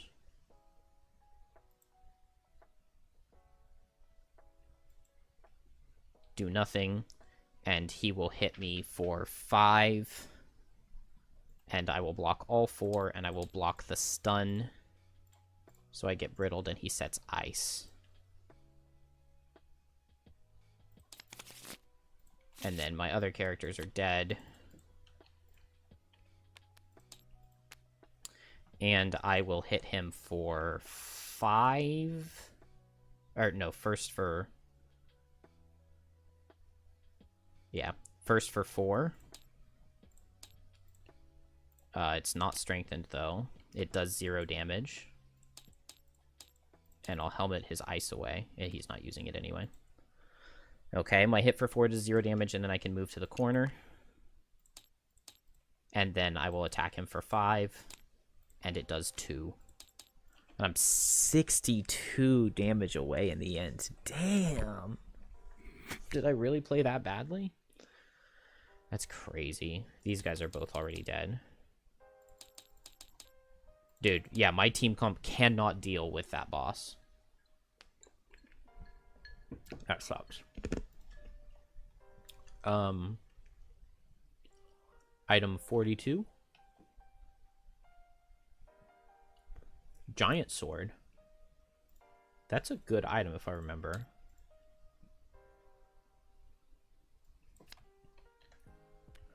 During your melee attack ability, if you have not moved this round, add +2 to 1 attack. And you may perform no move abilities this turn. Maybe it's not that good. It could be used on Infuser, but dropping 3 shield for 2 damage per rest cycle and blocking conditions, like you can see here, it's really good, even though it didn't get anything in the end for me. I would take 3 damage from that final hit. Damn.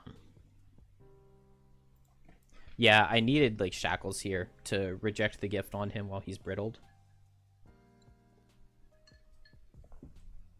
Oh well. I was supposed to stop an hour and a half ago. Whoops. We'll just pause it here and finish later. Okay, I should be able to finish this real quick.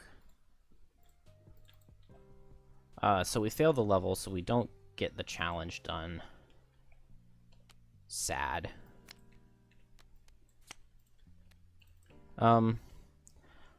I might replay this someday, but I did get the chest, and I did get to see the whole level, let's just look at what the reward that I didn't get is. And I don't know. I feel like my team comp really will struggle to deal with this boss, with him being completely immune to all conditions. Seems very difficult. 2 rockroot, 2 wood. Yeah, that's not really worth going back and replaying it, I don't think. Fun level, though. I did really like this one. I forgot about the advantage on one attack. But yeah, just quite a simple level. A simple but a goodie. I'm really, really going to enjoy playing these characters together, I think. I didn't level anybody, did I? No. So we don't need to worry about that. We can do this real quick. Pass a week. Winter. You insisted it was too dangerous to do maintenance at the gate during winter, but no one wanted to wait until summer. Now here we are. A horde of skeletons are shambling towards Frosthaven, and the gate is still hours from being able to close. By the time you hear the alarm bell, a section of the town guard has already left to intercept the living bones in the field. You rush to catch up to the guards, but you're still minutes away at full sprint. The guards outnumber the living bones 2 to 1. Outnumber the living bones 2 to 1, surround them, and engage with confidence. However, their newfound resolve is shattered when they discover the odds are more even than they thought. These skeletons are quite effective at fighting 2 guards at the same time. Option A, call for the guards to pull back and regroup. Option B, join the guards and try to tip the odds back in your favor. Option B, we can take some living bones. You leap into the fray, relying on past experience to return these bones to the ground. The guards are taking heavy casualties, but at least you've slowed their advance. Attack for 75, target 3. Target odd-numbered buildings from closest to furthest from the main gate. Odd numbers closest to furthest to the main gate. With the main gate being here?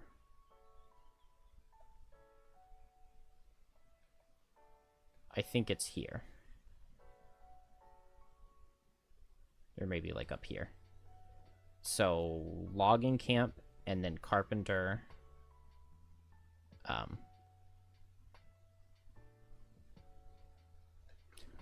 Logging camp, carpenter, alchemist.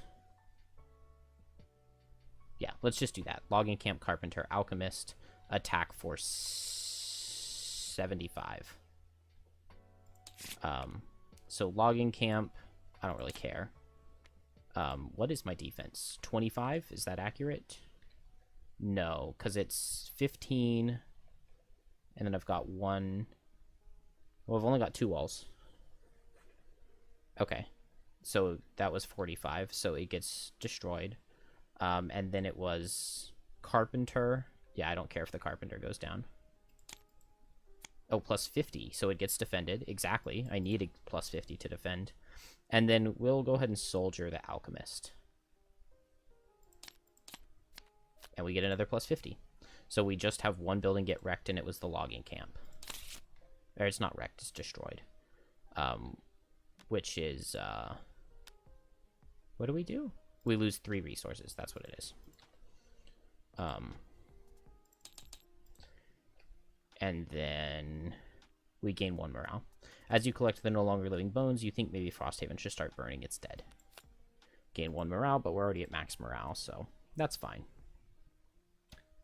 That is all fine. I didn't get... Oh, I got 30 gold here. It's not enough, but it is a good amount. I could go Poison Dagger.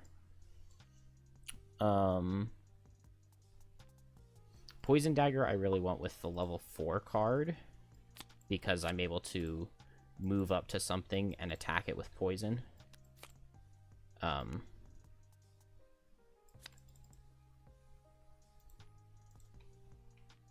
Let's see. Well, wait. Let's do it all in order. So first we need to do this. So do I need... I'm just building the tavern here to get 110. That's pretty cheap. I'll need the 10 gold from Hive. Infuser's got a lot, though. So let's spend 18. I was 55, so that'll be 30, 37. Yeah, 18. 55 minus 18 is 37. And so I get 3, 3, 3. And then blesses... I'm not going to worry about adding blesses to anybody, I don't think. I have no idea what level I'm playing, and I don't know if I'm going to need them or not. Oh, I could sell this Blinking Cape for 50. I don't think I would want it on Hive. It doesn't really seem like a Hive item, I don't think. And yeah, getting 25 gold is pretty nice. So let's sell that. 25 will put me at 36. Anything else in daytime? I used 1 soldier, right? So let's get 1 soldier. 3 gold, 1 material. And then I don't think I unmarked the soldier, so yeah, it just stays. We're done with daytime, and now downtime we just need to do kelp. So I'm going to get a spyglass, and then I can potentially go for the mastery with just the spyglass, but the scenarios are really long, so it'll be hard to only attack once per rest cycle. Chest piece, hand. What do I like in my hand? I like a heavy sword, because I don't attack much, but when I do, I might as well make it stronger, so metal hide. And then I need a chest piece. I guess I might as well go for a poison dagger here, because I've got the gold for it. Or I could do corrupted blade. It's nice for corrupted blade to just give me all of the stuff that I need instantly. So that's definitely an option. What is my retirement goal? Oh, I didn't get one. Shocker. New buildings, 44 and 88. I already have both of those. Yeah. Didn't I already do this one? And then 3772. Okay, I don't have 72. So we will do that. Complete 2 scenarios in Whitefire Wood, Copperneck Mountains, Radiant Forest, Crystal Fields, Biting Sea. Fair enough.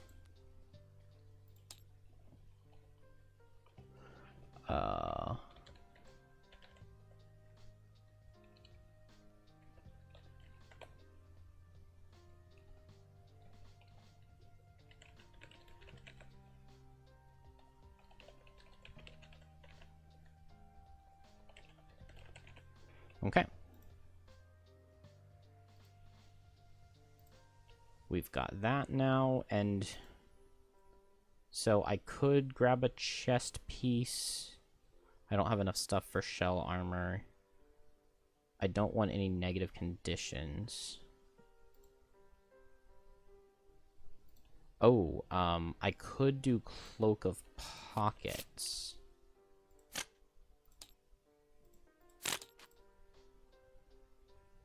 That only costs 30, right? Yeah, let's do Cloak of Pockets for 30.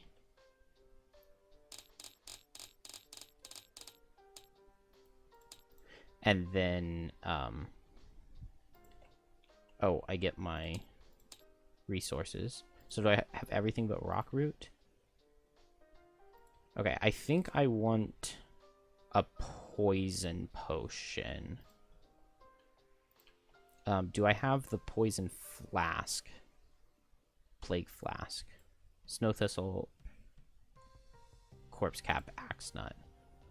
I think that sounds like a very good item to me.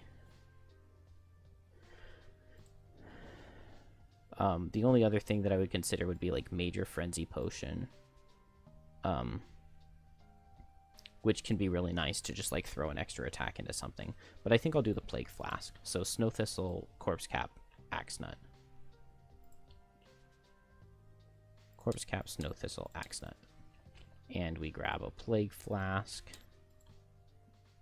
at 116. And now my kelp is much stronger. I get to do strengthened attacks that hit harder, to make my slipping into death very likely to kill. I have an extra item, so this Plague Flask gives me a really easy, like, teleport next to something, wound it, muddle it, Plague Flask to poison it, and Bane with Succumb to Fear. And then I can even pair Plague Flask with Tumultuous Panic, immobilize 2 targets, poison 2 targets, disarm 1 target, muddle or wound the other target, so both of them have 3, and then I can Tumultuous Panic with Ember Energy Source on the Succumb to Fear to Bane 2 targets. And that should just be really, really good. So I'm very happy with all of that. I want this Stunning Bracelet quite badly, but 35 gold is a lot, so I can wait patiently. I want this Glorious Bracelet on Infuser. I don't know if it's actually any good or not. I guess when I level up, I can buy it. I've got 37 gold already.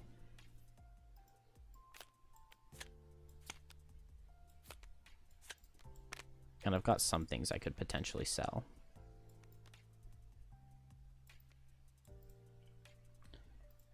Is there any chance I want to run the giant sword instead of those shields? I almost think that it might be possible. Then Poison Dagger makes sense in my hand on Kelp. The Jagged Sword makes sense in my hand on Kelp.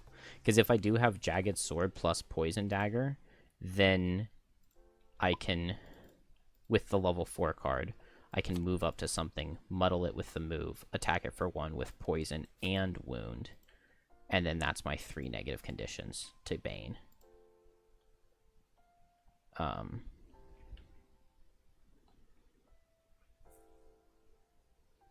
Let's see. Anything else that looks interesting? I don't really think so.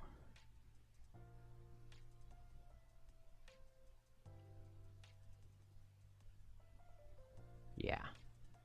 Yeah, I think we can run with this. And I will be happy there. Staring into the Abyss would have done some good for me in that scenario. So maybe I need to consider that.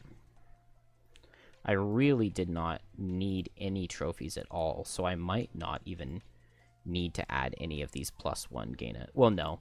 I want trophies to build up Grim trophies, and then once I spend 5 trophies, I want to be able to get some of them back with these +1 gain it trophies. So, not exactly sure. I almost feel like I could take Staring into the Abyss over Crippling Terror. It's just like, it's not that good if you're not getting the Pierce out of it.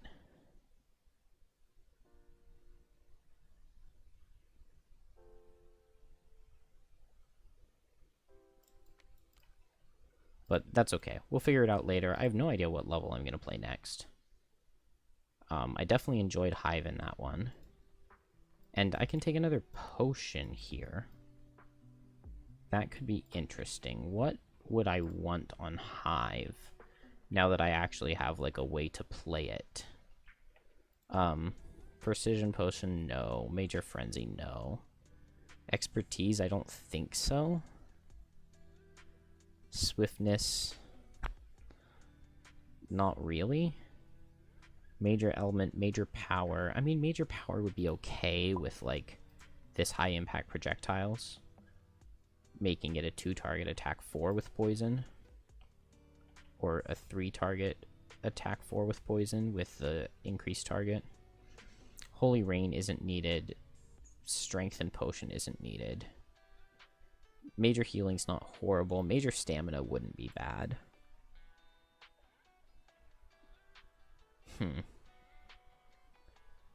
Don't really see anything that particularly piques my interest.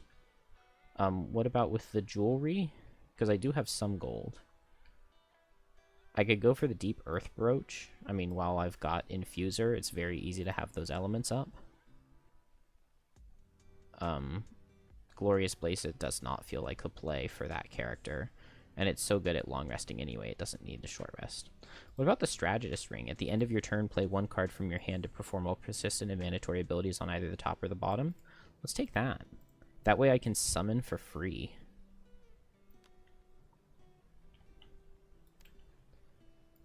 That seems really good.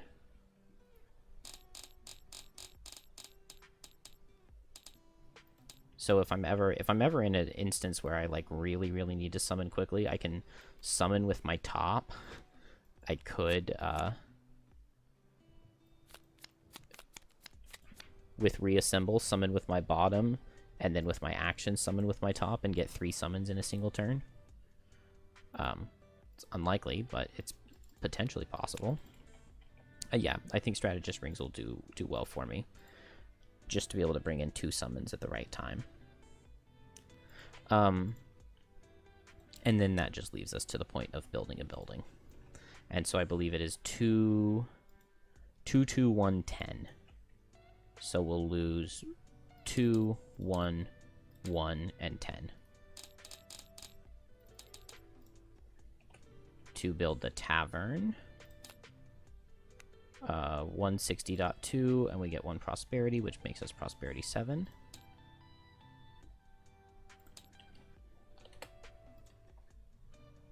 Oh man. The new tavern has already attracted a local following, but you're still as likely to catch the patrons at the crater as you are to find the newly opened boiled crab.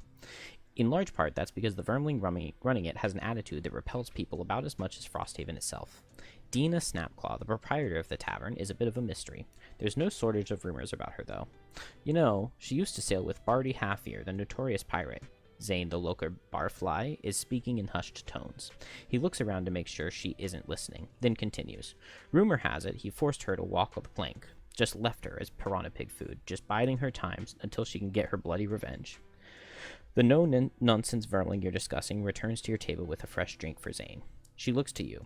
He telling you about his stupid stories? He tell you about the one how he had to flee Gloomhaven after some bad debts came knocking? Zane feigns shock.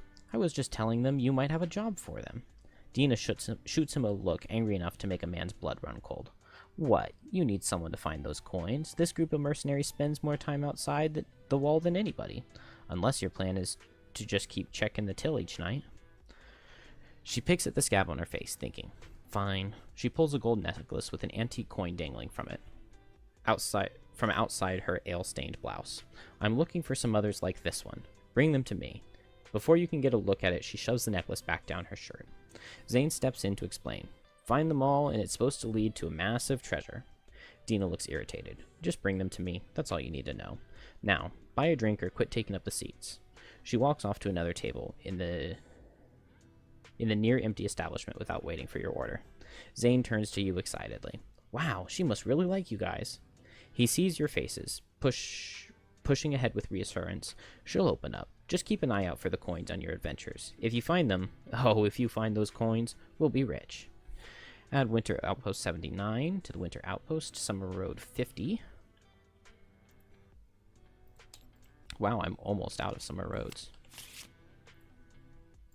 This was 79. Add a loot card 18 to every scenario loot deck in addition to the normal loot distribution. When drawn, read any one section number depicted.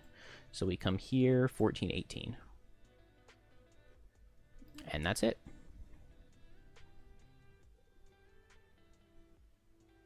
So we are good to go. Yep, that is everything. The tavern has been built. And we are now Prosperity 7. And so that's 3 buildings built here. So I'm actually close to retiring Infuser. Only 5 buildings left to go. Can I craft the Abyss Axe onto Hive? Because if so, that would give me like a direction to head towards to just go start killing things with Hive.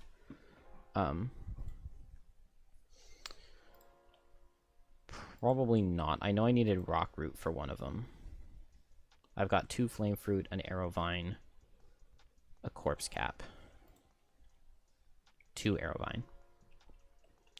I need Hammer Potion, which is Rockroot, Snow Thistle, Axe Nut, the 3 that I don't have. And then a Major Power, which is Corpse Cap, Arrow Vine, Axe Nut. So, Yeah, I still need a few more. That's okay. We'll go for that soon.